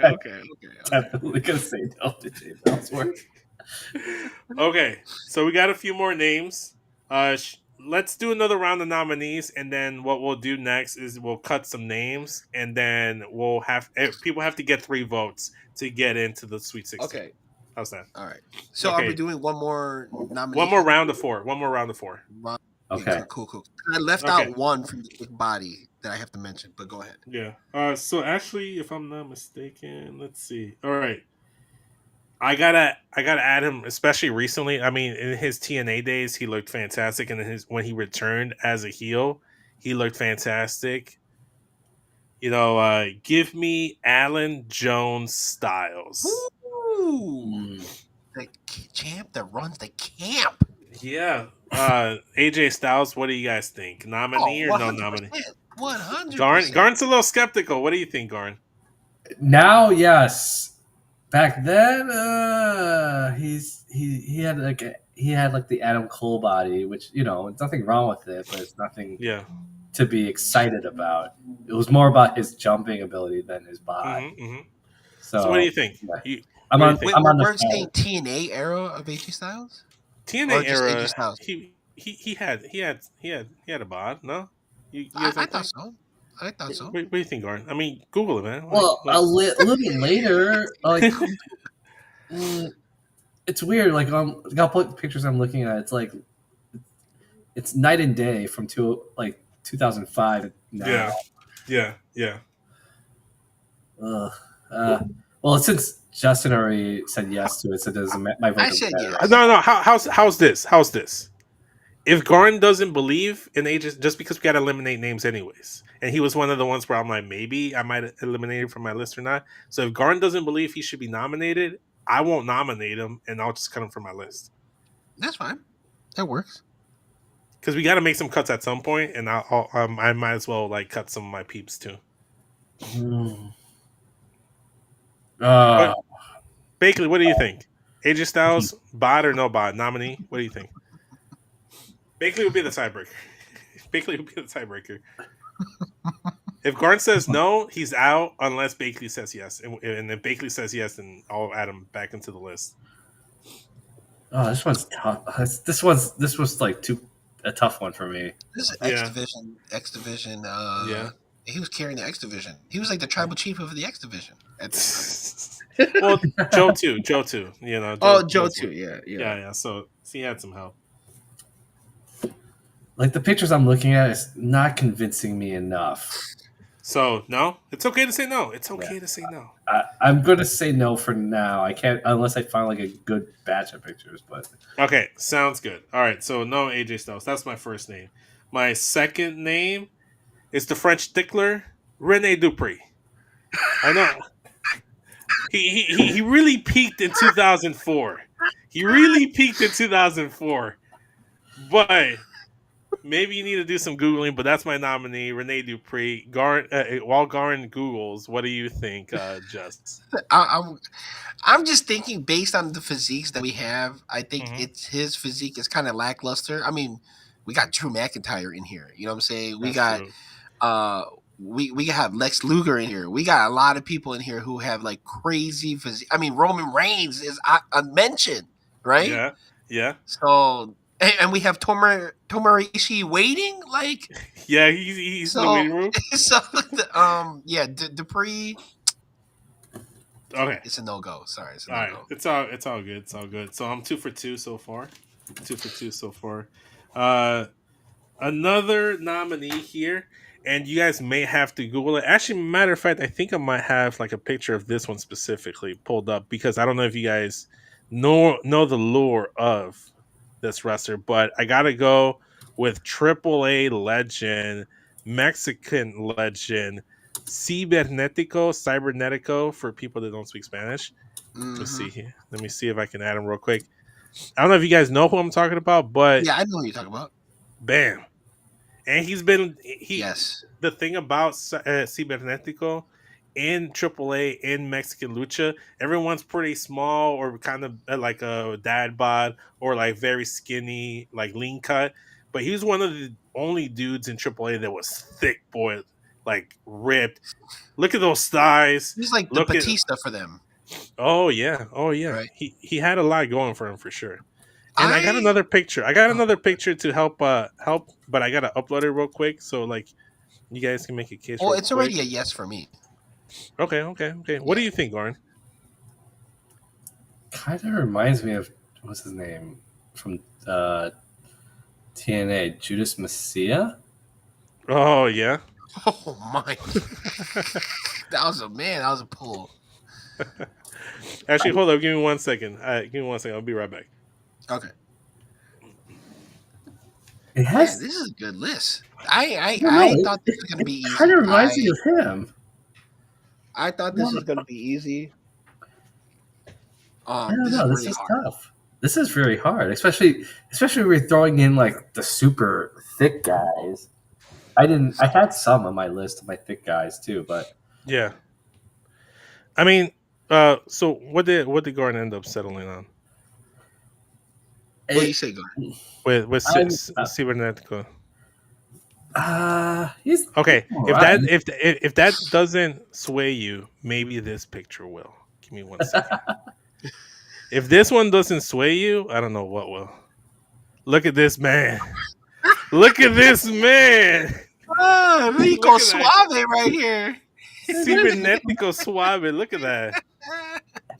What do you guys think? I will I be feel like your hero, baby. I feel like he's gonna lip sync to his theme song, but holy crap! Okay, I will kiss the Okay. weather, baby. So do we got you? I put him in. All right. Yeah, come on, man. Look at that guy. That guy also fits in the wait a minute section too. Wait a minute. Okay, and then my next nominee is going to be. Hold up, I think I had to look it up because I didn't write it down. Where's my list? Calm down, Maxie. I'm gonna get to the list. I got it, Maxie. Chill. Yeah, I can't find my See, list. What happens? Maxie's all Oh wait, I into the found it. list. Yeah. Okay. The last nominee for me is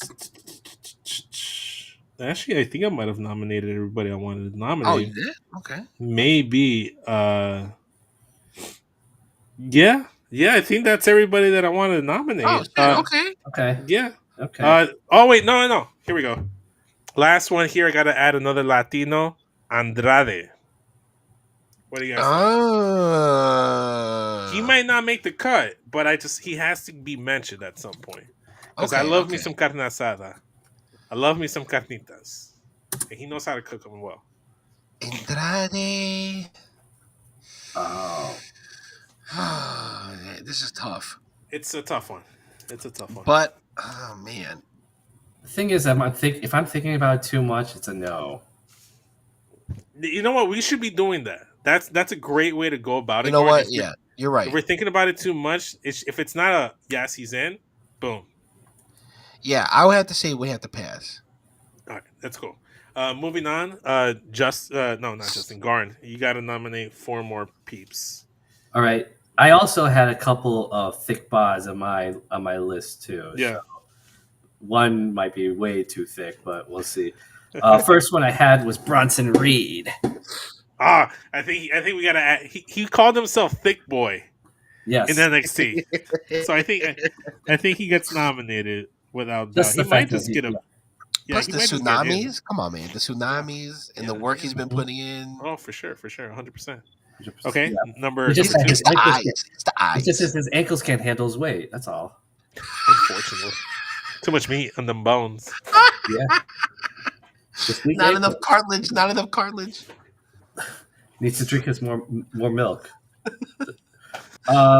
Another one I had was AEW. It's Brody King, another thick guy, but his body's really tattooed. So I don't. I'm gonna say no on Brody King. Yeah, me too. Yeah, Gotcha. I have to think about what his body actually looked like, and that's not a good thing. It's kind of like Chris Heroes.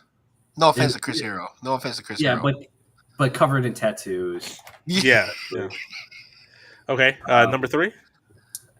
I have 3 and 4 because they're a tag team. The Viking Raiders. See, I like their look, but it's a physique. Mm-hmm. Do you think their beard's covering most of their body? Yeah, well, not just the beard, but I also think the gear also doesn't work in their favor. Yeah, maybe. Like Ivar's, I get that. Like Ivar's gear really covers a lot. Yes. Okay. I get it. Okay. So just like with me, we only get 1 nominated from Guard. I named 4 people and only got 1. Hey, Lauren's in the chat. How's it going, Lauren? We're talking about men's bodies. What up, Lauren? Yo. We're talking about men's bodies, physiques, which one should be in the Sweet 16 March Madness style tournament. So if you got a few names in the chat, drop them in then, Lauren. We'll let you know if they're in or not. Yep. While we wait for that, just name 4 more, and I think from that we can start eliminating. All right. So, an honorable mention, right? Since we're doing that right now, so this is from the Weigh a Minute category, and Weigh a Minute means whey protein. Mm-hmm. So this is for the sexy bods, the sexy physiques, the eye candy. Okay. So John Morrison. Oh well, he's already in. Oh, he's ready. Okay, so you know what? I'll do this.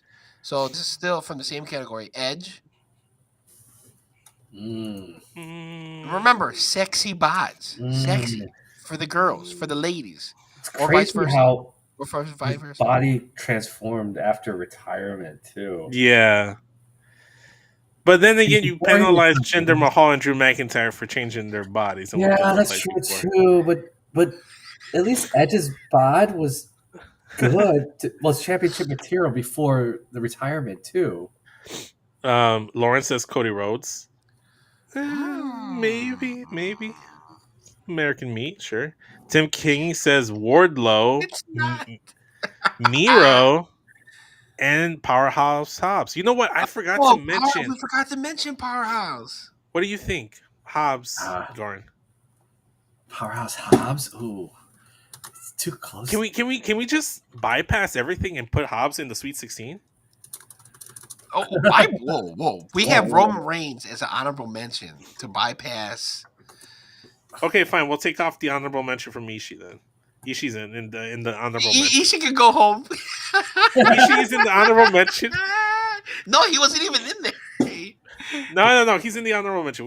I took off the ass. Okay, so take him off, and we'll put Hobbs in the honorable mention. I agree with that. I would Okay. agree with that. All right, so Hobbs is in. Wardlow. I no, don't know. It's me just too. because there's too many. Like we have Roman in there, right? We Yeah, have you Drew got too in many there. similar body types. We're trying to We have, like, Batista's in there. yeah. Lawrence also mentioned Wardlow. She also mentions Moose. Moose, I don't know. I don't like Moose. Just because we meat. have. That's for another podcast. Okay. But just, we already have so Keith Lee. We already have big dudes. Yeah. So you okay, mentioned so, like- Edge. You mentioned John Morrison. Okay. What's so 3 and 4? keep in mind this is the wait a minute, right? Because these are for the Okay. hot dudes, right? Okay. Anthony Bowens. You know what? Anthony Bowen's got a gut. Come He's got a on, good come on. Anthony Bowen's got a bod. I'm telling you. And then the next one we got Carmelo Hayes. Carmelo Hayes. I don't These know. are I think Trick is a better bod guy than You think so? than Melo. Yeah. I think Trick's better than Carmelo too. You Yeah. think so? So Okay. Melo's not in, but what do we think of Anthony Bowens? Should we nominate Anthony Bowens? I kind of want to nominate Bowens. He's got a great butt too. Don't forget the cheeks. That's what I'm saying. Come on. I mean, it's enough to make the clap. What do you think, Standing Goran? applause. Standing applause. The more I think about it, I say Trick Williams. Trick Williams? Fuck it. Let's add Trick. Let's add Trick to the. Okay, wait a minute. The whole conversation is Anthony Bowens. I know, but I'm sorry, but when you mentioned Trick, I'm How like, did we get to Trick oh, Williams? How did we get to Trick? Anthony Laura, Bowens is a nice bod too. I get it. And it's very Lawrence. Looks like a David Otunga to me. But what I'm saying is I understand we're not gonna put Carmelo Hayes because of Trick Williams, but how did that affect Anthony Bowens? No, well because Anthony Bowens reminds me too much of David Otunga. What? Nah. Anthony Bowens is like way more leaner though. Did you Google Bowens? Google Bowens. He's got like a smaller waist, like more muscular thighs. He's got a thick butt. He's got dump truck. Yes, better ass. Drake does have a donk too, according to Tip. Laura says Trick better. She also says Thomas Lathmore. I don't know Thomas Lathmore, so I can't. Braun Breaker. I thought he's in. Is Braun Breaker not in? No, I don't think no one's mentioned him. Really? Big Bad Booty Breaker. Let's put Breaker Really? as a nominee. All right. How many? It's so funny that you mentioned Braun Breaker after we mentioned Trick, Anthony Bowens, and Carmelo Hayes, since he's trying to change his skin tone. Yeah. Okay, so to summarize, we have to figure out a Sweet 16. We have 7 locks. We have Batista, John Cena, John Morrison. Okay, go ahead. Time out. I'm sorry to cut you off, Poppy. What's up? For one of the honorable mentions, I want to take out. I think I might want to switch, and this is voted on you guys. Mm-hmm. If I could take out Rikishi for Abdullah the Butcher. Listen, man, you could nominate Abdullah the Bro, Butcher, but the physique is jarring. The physique is like, yo, what is that? But then when you see him move and wrestle, it all makes sense. I have to Google, man. I can't even. When you Google, bro, his pecs are on another side of his body. You know? Yes, his pecs are in his back. I love you, my guy. I can't allow that. You're thinking Melted Sunday, right? You're thinking Melted Sunday, right? You're thinking Melted Sunday with chocolate chips. Oh my god. Oh God, no. No, I don't think I can do it, Jess. I can't do it either. I don't think I can do it, man. I mean, just, when you see him wrestle, just think lava lamp because that's just how it looks, you know. Yeah, Shout out to Abdullah the Butcher. Shout out to Abdullah the Butcher. Shout out. Oh God. Okay, let's move on. Okay, go ahead. Oh, Go ahead. okay. So I see who I see who Lauren's talking about in terms of Tom Lattimore.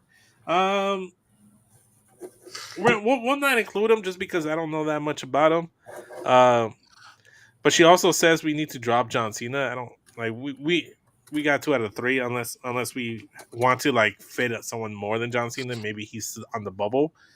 But the locks, these are locks. These are 7 names that are locked in the March Meatiness Sweet 16. Batista, John Cena, John Morrison, Bobby Lashley, Scott Steiner, Rick Rude, and Big E.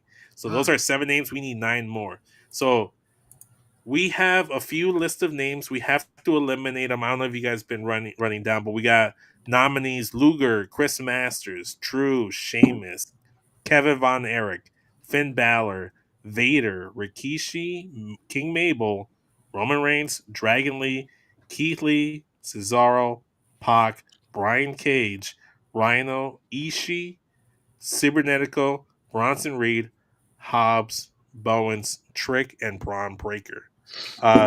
Lauren also says Matt Morgan. Matt Morgan, maybe. But let's look at here. Let's try to eliminate at least 3 names from this list and nominate at least 1 or 2. If I'm not mistaken, I think the 3 of us all agreed on Dragon Lee. But does he move on to Sweet 16? What do you guys think, Dragon Lee? So Sweet 16 is the locked, right? The lock into the locked names. Yeah, once they get to the Sweet 16, that they're in the bracket. We'll be talking about them next week. Okay, let's put him in there. Yeah, I say I vote him in. Garn. Just like a prayer, yes. All right, Dragon Lee is the number 8. Just like. So another name that let's talk about that I think got a 3 was Cybernetico from AAA. Cybernetico. See, I had to. We both had to think about this one. That's why I was like, if I had to think about it, I would say no. This was good. We forgot to mention Buddy Matthews. Oh yeah. Apollo Crews is pretty sexy too. Hey. He's like, Tim's like, look what you guys have got me doing. You're messing up your Google search. Man, like that algorithm's gonna be wonky when you hit up other sites later. Malachi Black, shout out Malachi. Okay, but just you looked at it and it was good. Okay, guys, I'm cool with Cybernetico getting in there. Okay, I'm okay with that, guys. Just for visuals, this is Cybernetico, but this is the other one. This is the money thing. Tell me Cybernetico doesn't get in. Tell me Cybernetico. Because like I will stand by you forever. You take. Oh man, you know what? We don't have one for men, but I think it warrants a little bit of this. Wait, Mamacita. We could just be like Papacito. We could just be Papacito. Montez Ford. Montez Ford is a good name. Oh yeah. That's a good one. Montez is a good call. I mean, we can nominate him. You guys want to nominate Montez? I don't want to keep adding to the list. That's a problem. That's true. All right, let's just eliminate from the list. Okay. Luger, eliminate or keep? Do we have any old school guys? The only old school guys we got is Rick and Scott. Well, Rick we mentioned Ultimate Warrior not getting on for reasons. Yeah. Right. I feel doesn't Luger fit those same reasons too, though? Yeah. God damn it. All right, so Luger's eliminated. Chris Masters, the masterpiece. This could be a very same thing. His whole gimmick was I have a good bod. Was Lex Luger's. But this was better. Okay, so let's just hypothetically think who had a more natural body given what we think they took. Okay. So the question is, who took less steroids? Yeah, who took less steroids? I think Chris Masters took less steroids. Yeah, you can see the But you know results. what? Of that. I'm gonna agree. And you know what? And you know why? I think Chris Masters did the gimmick better. Really? All right. So Oh. he's staying on for now. He's I staying mean, on for Lex now. Luthor was the better wrestler, Mhm. but I think Neither. the approach. But then again, I Okay. know you can't have Chris Masters without Lex Luthor. I know. Luger killed Miss Elizabeth. Stop, Lauren. Stop. I mean, he's not lying though. He's not lying. Okay. Here's another name. Finn He's not- Balor. Do we keep him or eliminate? Oh, keep. Definitely keep. I think you eliminate Finn because we're talking about filling similar roles here. We just included Dragon Lee, but we also have Pac in the list, and I think Pac did Finn Balor better than Finn Balor. Really? Yeah, I think Pac is better than Finn Balor in terms of bods. Pac also has those thighs Oh too. man, Meaty but thighs. see, like when Finn And the flexed, biceps. he's got bigger. Doesn't he have bigger? Pac doesn't have to arms flex. than- Pac doesn't have to flex for you to see his muscles. That's crazy. Oh, that's Me true. personally, I didn't me think about personally, I think let's look at it this way: between Pac and that. You know what? Finn, I'm gonna go this. Okay. I'm going Finn. He's better looking.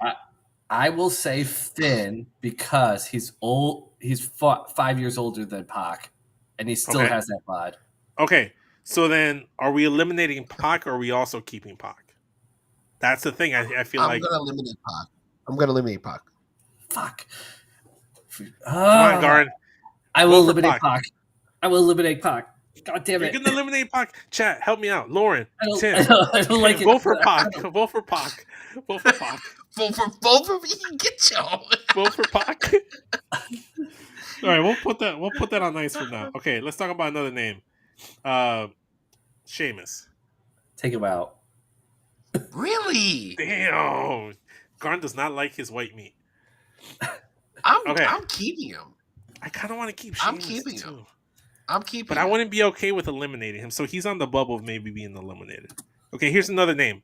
Eric Von Erich. I mean, Kevin Von Erich. What the fuck am I talking about? Kevin Von Erich. I think we. I feel like you need maybe. one old school guy in there at least. Let's keep him. I'm okay with keeping him. All right, so we're Iron keeping. Claw. Okay. When it comes to natural mass, Yeah. you can't get more natural than that. All right, So. Lauren's going Pac. So if Oh. if Tim says Pac, then he's saved for now. So, all right, let's name another name. Rikishi. Keep or eliminate. Do we? We gotta. It's gonna be hard, but we gotta start eliminating some people. They gotta get at least 2 eliminations from us. There's still super heavyweights on this list, right? The only, no super heavyweights on this list. Wait, I think So he would be the only one left. No, you got a bunch. I'm just listing Oh, okay. randomly. I'm just going randomly. Oh, okay, so. okay. Then we can eliminate him. We still got Vader. We still got Mabel. We still got Keith Lee. Oh, okay. Oh, yeah, this you is can even more eliminate meat. Rikishi. Yeah. We still got Bronson Reed. Strangely enough, Rikishi is like the least super heavyweight of those super heavyweights. Let me tell you this: would you rather have Ishii or would you rather have Rikishi? Oh man, that's tough.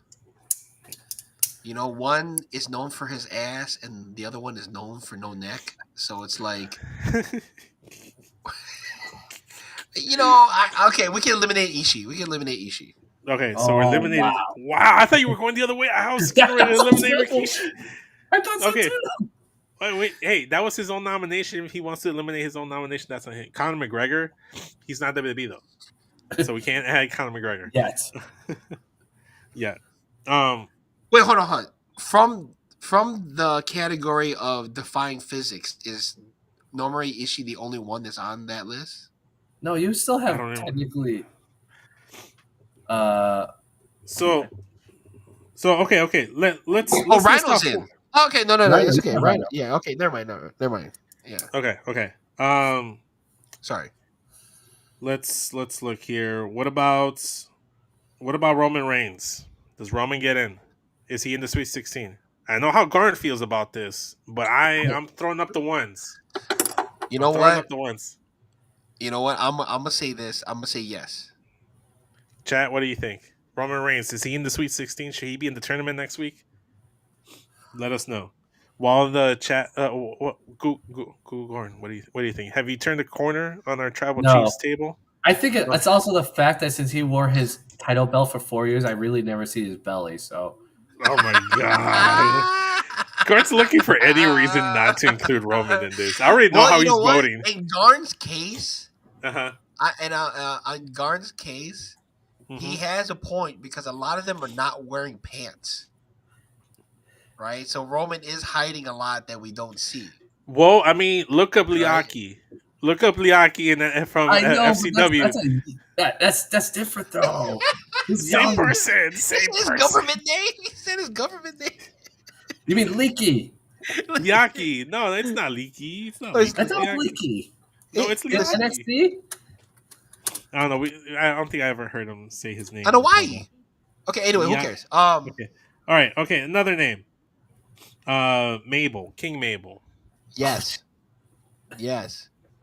Lauren says Joe Anoa'i, Roman Reigns. So that's 3 against 1 so far. If Tim sides with Garn and not including Roman, maybe he doesn't get in. You But have to throw up a one. He has to throw up a one. if we get more votes for Roman, if we get more ones in the chat, then I think he's the number 9 lock. King Mabel, in or out? For me, yes. Definitely a yes. Okay. He's too It's too massive. out. He's too big, and he's If it slowed was- down a lot near the end of his career. Yeah. If it was Big Daddy V and I saw all those roles hanging out, then maybe. But if we're talking about King Mabel, we talking about hiding. Mabel is Mabel, Viscera, Big Daddy V is one of the most known dudes for hiding underneath their gear. He wore pajamas to the ring when he was the world's largest love machine. Granted, like the size of your love machine making is great and all, but if you're gonna hide it all, I know you're keeping mystery alive. True. But Okay. so if you want to penalize Roman for hiding, Mabel hid the most on this list. He's probably the one that wore the most clothes on this list. That's true. So I'm gonna say no. I think I'm gonna eliminate Okay. Mabel. Okay. Fair enough. Goran? Yeah, I take him out. All right. Here's another name. Claudio Castagnoli, aka Cesaro. Lauren really wants Cody Gareth Runnels in here. Randy Orton. Randy Orton's another guy. We didn't talk about Orton. Okay, who's the name again? It's Cesaro. Claudio Cesaro. Castagnoli. He's Do in. we nominate him into the Sweet 16 or no? I'm gonna nominate him. I definitely would. All right, Cesaro's in. But does he go in as Claudio or Cesaro? Claudio, I think he's Claudio. Go by his real name, his government All right, name. cool. Perfect. All right, so we got some people in here. Here's another name. He won't win a hair contest, but that's fine. He got That's by. fine. We already got bald people in there. Shout out Bobby Lashley. Batista's in there. John Cena might go bald, so we got bald people already Yeah, in there. we do. You do. Keith Lee. Do we want to bask in his glory in the Sweet 16? I like Keith Lee in there. To be honest, I like Keith Lee in there. Like, we need some heavyweights, and he's probably one of the leanest heavyweights out there, like super I think heavyweights. so too. He's the most mobile. Lee. So Keith He Lee in the Yep. Sweet 16. bask in his Alright. glory. All right, cool. Here's another name. Bronson Reed, thick boy. Loki's another name. If it was Bronson Reed versus Keith Lee, I would have stuck with Keith Lee. Okay. I mean, it doesn't have to be either or. I know, but the way it was laid out kind of perfectly in that case to me. So Okay. So Should I say no what do you for Bronson Reed? I would say no, even though it's my own nomination, Okay. but Uh-huh. it was compared to Keith Lee. I'm like, I'm gonna have to say no too. All Just right, like that's- now that like we're locking in some, now we get to actually visualize the list. Yeah.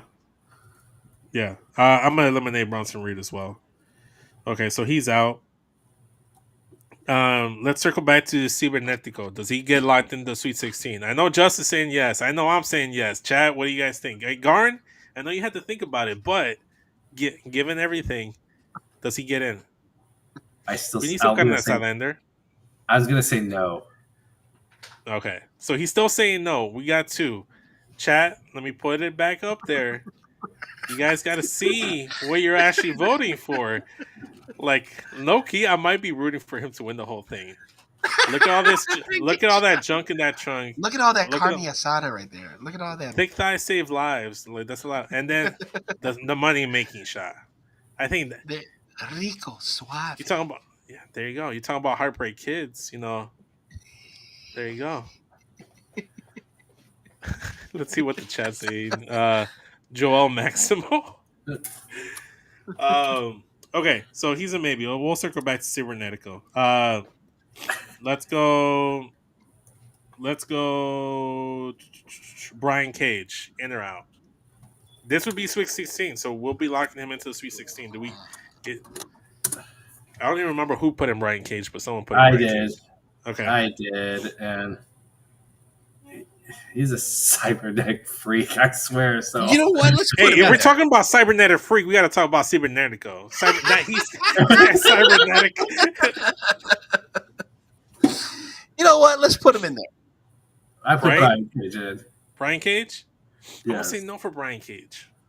I don't want smelly meat, but that's just me. You know what? You want best bods, not smelly bods. It doesn't matter. Listen, you can't be the best bot if you smell. If you smell, you're not one of the best bots. You know what? You know what? Okay, how about this? Let's put him to the side. Let's put Okay. him to the All side. right. for All now. right. Put it next All to Cybernetico for now. So we have two We have 2 on the side on the limb right Two now. cybernetic enhanced Two side meat. side. Ken Shenrock, Damian Priest are 2 other names. Lauren is dropping in there as well. Oh. I do want to talk about the name that Lauren dropped in there. I think the biggest name there is Randy Orton. I think we got to talk about Randy Orton in terms of physiques. He's always had a different kind of physique, and even now he's got more of a jacked physique, but he's always been nice and lean. So what do we think? Randy Orton, in or out? He's not nominated, but let's talk about Randy Orton being in the Sweet 16. Is he good enough to be in the Sweet 16? Oh man. See, it kind of goes into that when you nominated AJ Styles. Yeah. Because although Randy Orton's physique and like body, Those thighs, and those hands and those arms, Mm-hmm. even though they're like great attributes for his physique, I just feel like when you look at the entire list, it just kind of comes off as plain almost. Yeah. All right. Fair enough. You know, Let's move on. Powerhouse Hobbs, I think he should be in the Sweet 16. that's a lock. What do you think, Ari? I will put him in. Hobbs is in. Good. Glad we Wow. got. Okay. Trick Williams, locked in or no locked in? I'm gonna say no. Given everybody's still left on the list, because we still got Chris Masters, Drew McIntyre, Sheamus, Kevin Von Erich, Finn Balor, Vader, Rikishi, Roman, Pac, Brian Cage, Rhino, Cybernetico, Bowens, Braun Breaker, and Trick. With all those names there, I think Trick gets cut. Yeah, I have to say that too. What do you think, Gar? Oh, come on. Really? You want to whoop that Trick? All right, so the maybes we have so far are Brian Cage, Cybernetico, Roman Reigns, and I Trick will Williams. drop Brian Cage and then give Trick Williams a chance. How about that? I like that. I interesting. like that proposal. He just You came like back. that? So take off Brian Cage and then put Trick Williams. All right, well, so Trick Williams in the Sweet 16. Whoop that Trick. Whoop that Trick. We're getting there. We got 4 more spots to go. So He made it in base dislikes. yeah, okay. Braun Breaker. Lawrence says Ross Von Erich. I don't gotta Google Ross Von Erich. Braun Breaker, yeah, makes it in. Why not? Do you think he In the makes it in, or do you 16? think he has a similar body to like whoever else is in there? Ooh, Shit, I'm looking Ross at Ross Von Von Erich. Erich. God damn. Wait, who's Ross? Is Ross Von Erich the one with the beard, or the one with the He's with the the one cowboy with hat? He's the one with the beard. Oh, Ross Von Erich. Lauren, you might be onto something here. Sleeper, Dark Horse, Ross Von Erich into the Sweet 16 We can. Why not? instead of Kevin Von Erich, or Whoa. Wait. Eliminating one Eric for another. He's Kevin's son. Wait, He's Kevin's son. We cannot we cannot eliminate Von Erichs. They're Okay, how about they're national treasures. we will put I him in cannot honorable lose mention. any more Can Von we put- Erichs. Can we put him in honorable mention and then come back to it? All right. I'm adding Ross Von Erich though. I'm not adding Ross. I cannot get rid of. I mean, get rid of the Von Erichs. All right. We'll circle back to that. Well, we'll put a pin on that. Yeah. Drew Daddy McIntyre. Drew Daddy Mac. What do we think? Yeah. I think we need some hairy meat in there, and I think he's one Yeah. of the I thought nice. he was a lock already. He wasn't a lock. No. Garn wasn't sold for the same Jinder Mahal reasons. Yeah. We're gonna have to start agreeing on some things. We got to start getting 3 votes for these. See, things. I like him. You know, his height, his thighs, man. Okay, let's His see arm. here. Okay, He carries 2 swords to the ring. He carries 2 swords. How's about this, Garn? Let me. You offered propositions. How's about this? We'll lock in Kevin Von Erich in the Sweet 16 if you let us lock in Drew McIntyre in the Sweet 16. Deal. All right. So we got 2 names down for 1. What the deal? McIntyre making trades over here, making peace treaties and whatnot. Okay, so we got 2. Yeah, we got 2 spots left, and I think one of them has to go to Roman Reigns. What was it? Who's the last wrestlers we have left? We have Finn Balor. We have Sheamus. I'm gonna eliminate Sheamus. I love Sheamus, but I think we should eliminate Sheamus given the names. Another name I think we should eliminate. I think we should eliminate Bowens. Anthony Bowens. Ah. What do you think, All right, okay, Garn? okay. I agree with that. All right. So if they get 2 eliminations, they're out. Vader, eliminated or keep? I'm gonna say eliminate. See, I want to keep him. Just the man can do a move call. That big guy. I don't think they can. I don't think they can all make it. Just because you got Rikishi, you got Vader, you got Rhino. I don't think all 3 of them make it. Okay. Of those 3, I think I would like to keep. Yeah. Okay. We could. That's fine. Okay. So who we eliminating? Vader. We can eliminate Vader. Okay.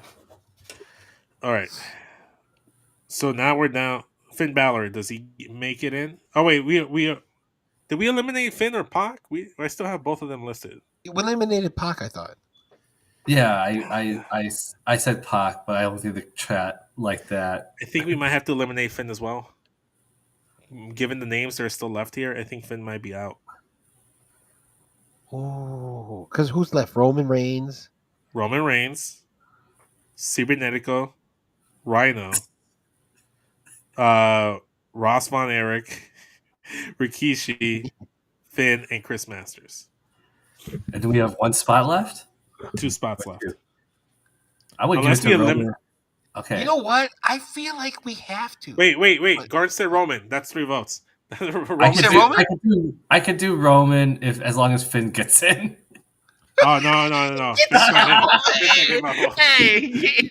Trying to make another deal. Deal make. Okay, I'll say this. Lawrence like Bowen's why he has a rocking body. I'm like, I know he has a rocking body. Yes, I thank you. But everyone here has a rocking body. At least he got nominated. At least he got. So I will say this. When you look at physiques and you think of physiques, Finn Balor comes to mind. Yes. So I feel like I don't think of Finn Balor.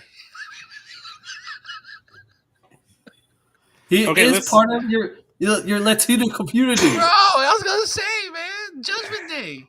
It's okay. I already got Dragon Lee, and plus I'm trying to get Cibernetico for my Latino community instead. So I'm still trying to get Cibernetico in there.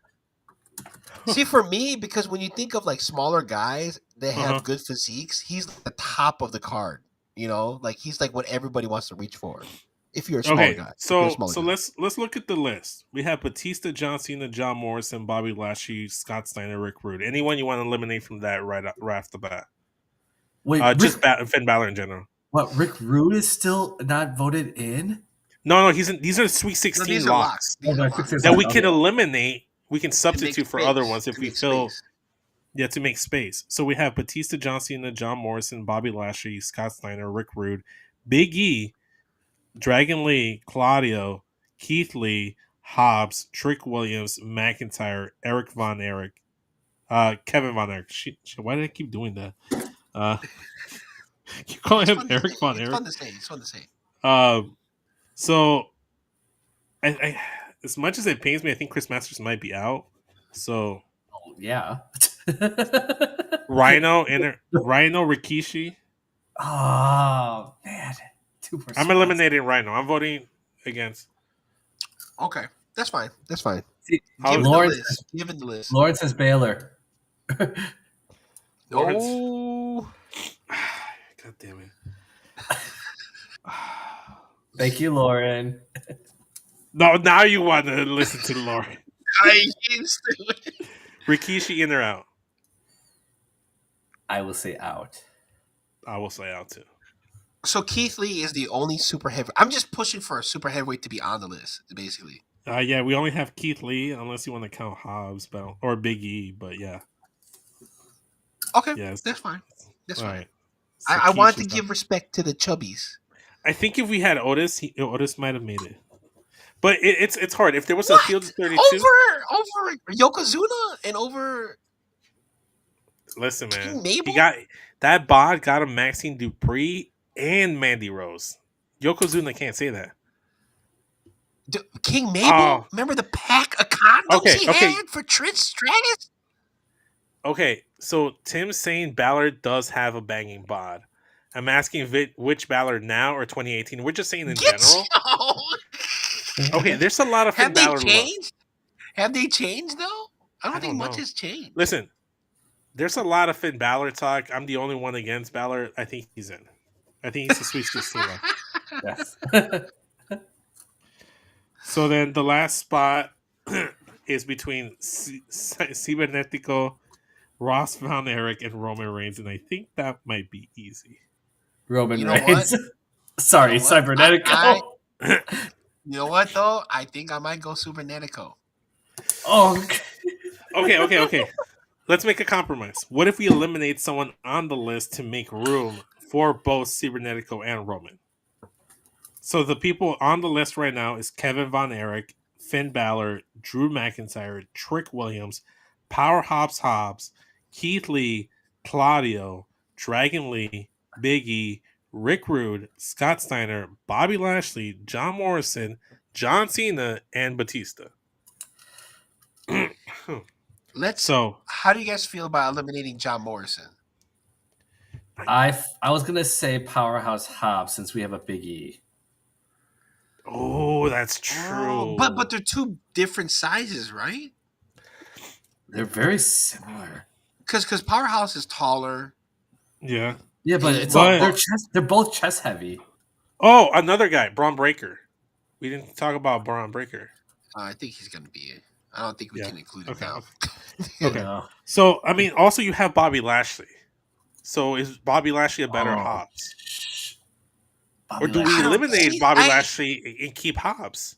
No, Lawrence has been saying by Cena. No, Bobby Lashley has to stay. Bobby Lashley just has way of a crazier physique. Lauren is anti-Cena. She's like by Cena. See, if it were up to her, she eliminates Cena.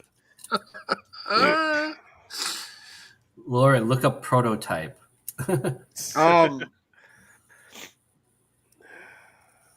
What about John Morrison? Do we want? I kind of like the pick of John Morrison, but I wouldn't be mad if we eliminate him because he fits a similar role to Claudio, similar role to even like. That's what I'm saying. Like, he's like a Claudio and Finn Balor combined.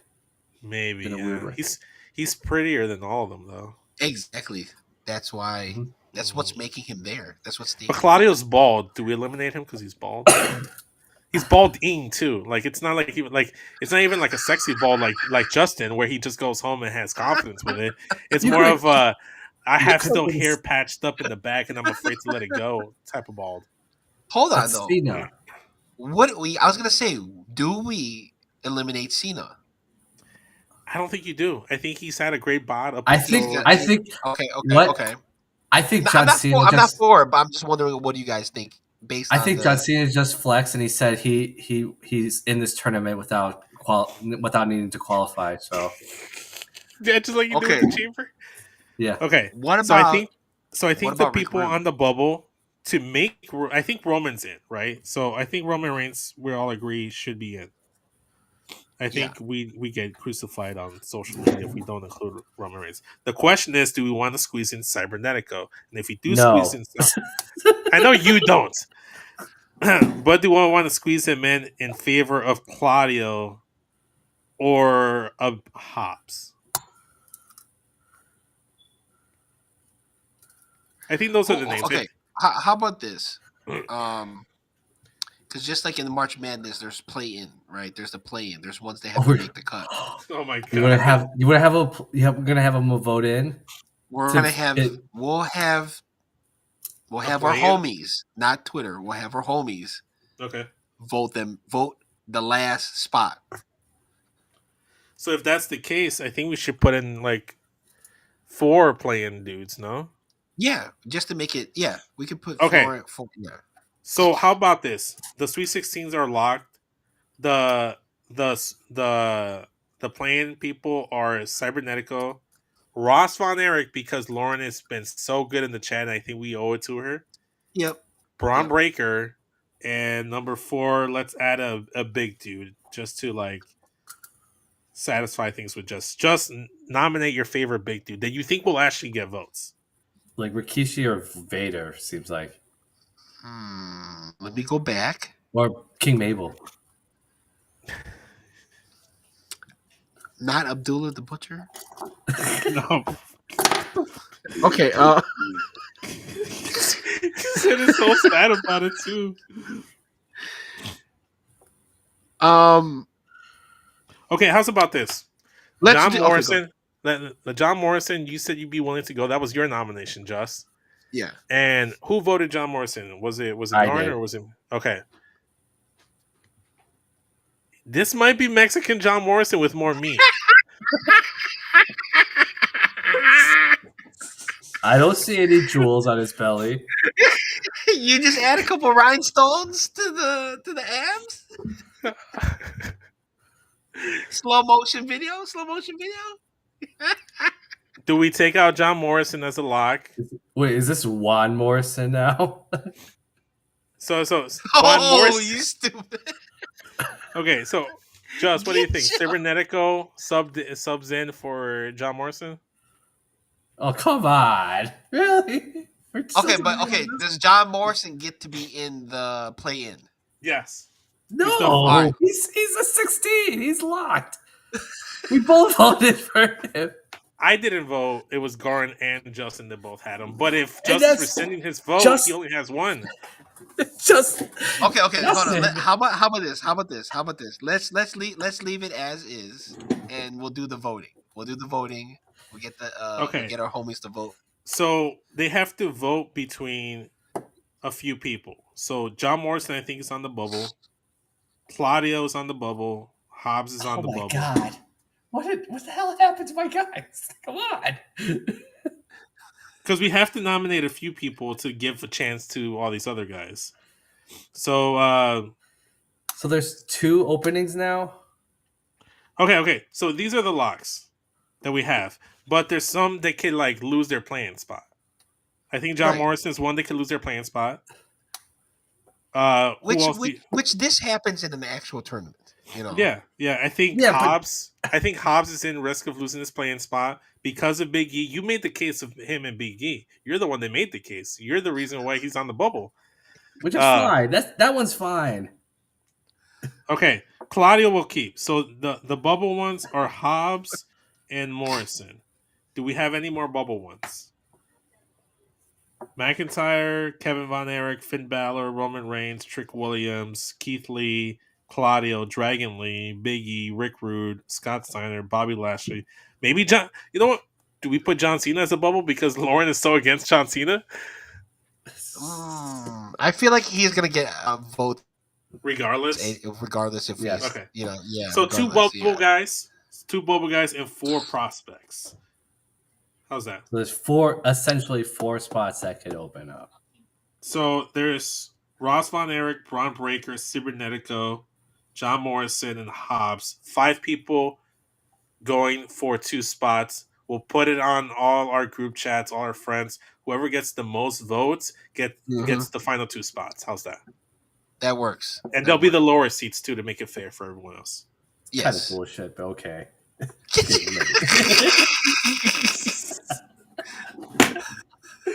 Listen, you made the case of Hobbs versus Big E, even Hobbs versus Bobby Lashley. And then John Morrison was your pick, but that was also Justin's pick, and Justin rescinded his pick. And if he rescinded his pick, he only has 1 pick because I never voted for John Morrison. Dude, but you didn't have to rescind Claudio's. No, Claudio's locked. Claudio's locked. He's okay, good. He's a lock. Yeah. Claudio's locked. The only ones that are losing their spots is Morrison and Hobbs. That's it. Yeah. Yeah. Bullshit. And which we never had Hobbs to begin with anyway. So like yeah. Listen, man. We didn't have Hobbs to begin with. He was like a runner-up. You didn't even have him on the list. So he's the dark horse here. So technically, he didn't get a vote from any of the Getcho members. He got in there because of the chat. So shout out to the chat. Shout out to the chat. Yeah. Shout out to chat. Okay. But I think this episode's gone pretty long, though. I think it might be time We're almost about to hit 3 hours. Jesus, 2.5 hours. But listen, so just to cap it off, just to finish off, so it's the positions are locked, right? We are gonna leave the final 2 spots for voting. We're gonna get our homies to vote, and next week we'll be determining who has the best Getcho March Meaty Madness physique. Yes. So come back next week and you'll see which bodies do we want to pour oil on. Anyway, Vince, tell the people where they can find you. Of course. Follow me on social media at SESVince. All my stuff is linked up in my bio. Check out the Apron Bump podcast. It's Wednesday, so it's Bump Day. By the time you're watching this, it might not be Wednesday anymore. But over there on Apron Bump, we talked about No Way Out 2004, Eddie Guerrero winning the WWE Championship. It was a fantastic time. I made some comparisons there. I thought there was a lot of open dialogue. They'd be fun time to check out. Also, check out the SmackDown Raw podcast on Creation World YouTube. We're live 15 minutes post WWE shows. That's right. And right before we sign off, winner Liv Morgan in the elimination match. Thought she was great. Io Shirai and Rhea Ripley's match on Monday Night Raw was great. Tony D is a loser because he lost, but not him the way he lost. Is because the fact that he lost, right? Yeah. Can never have Tony D as a loser. He's Chi-Town's finest. Yeah. Sean Spear, a loser for winning.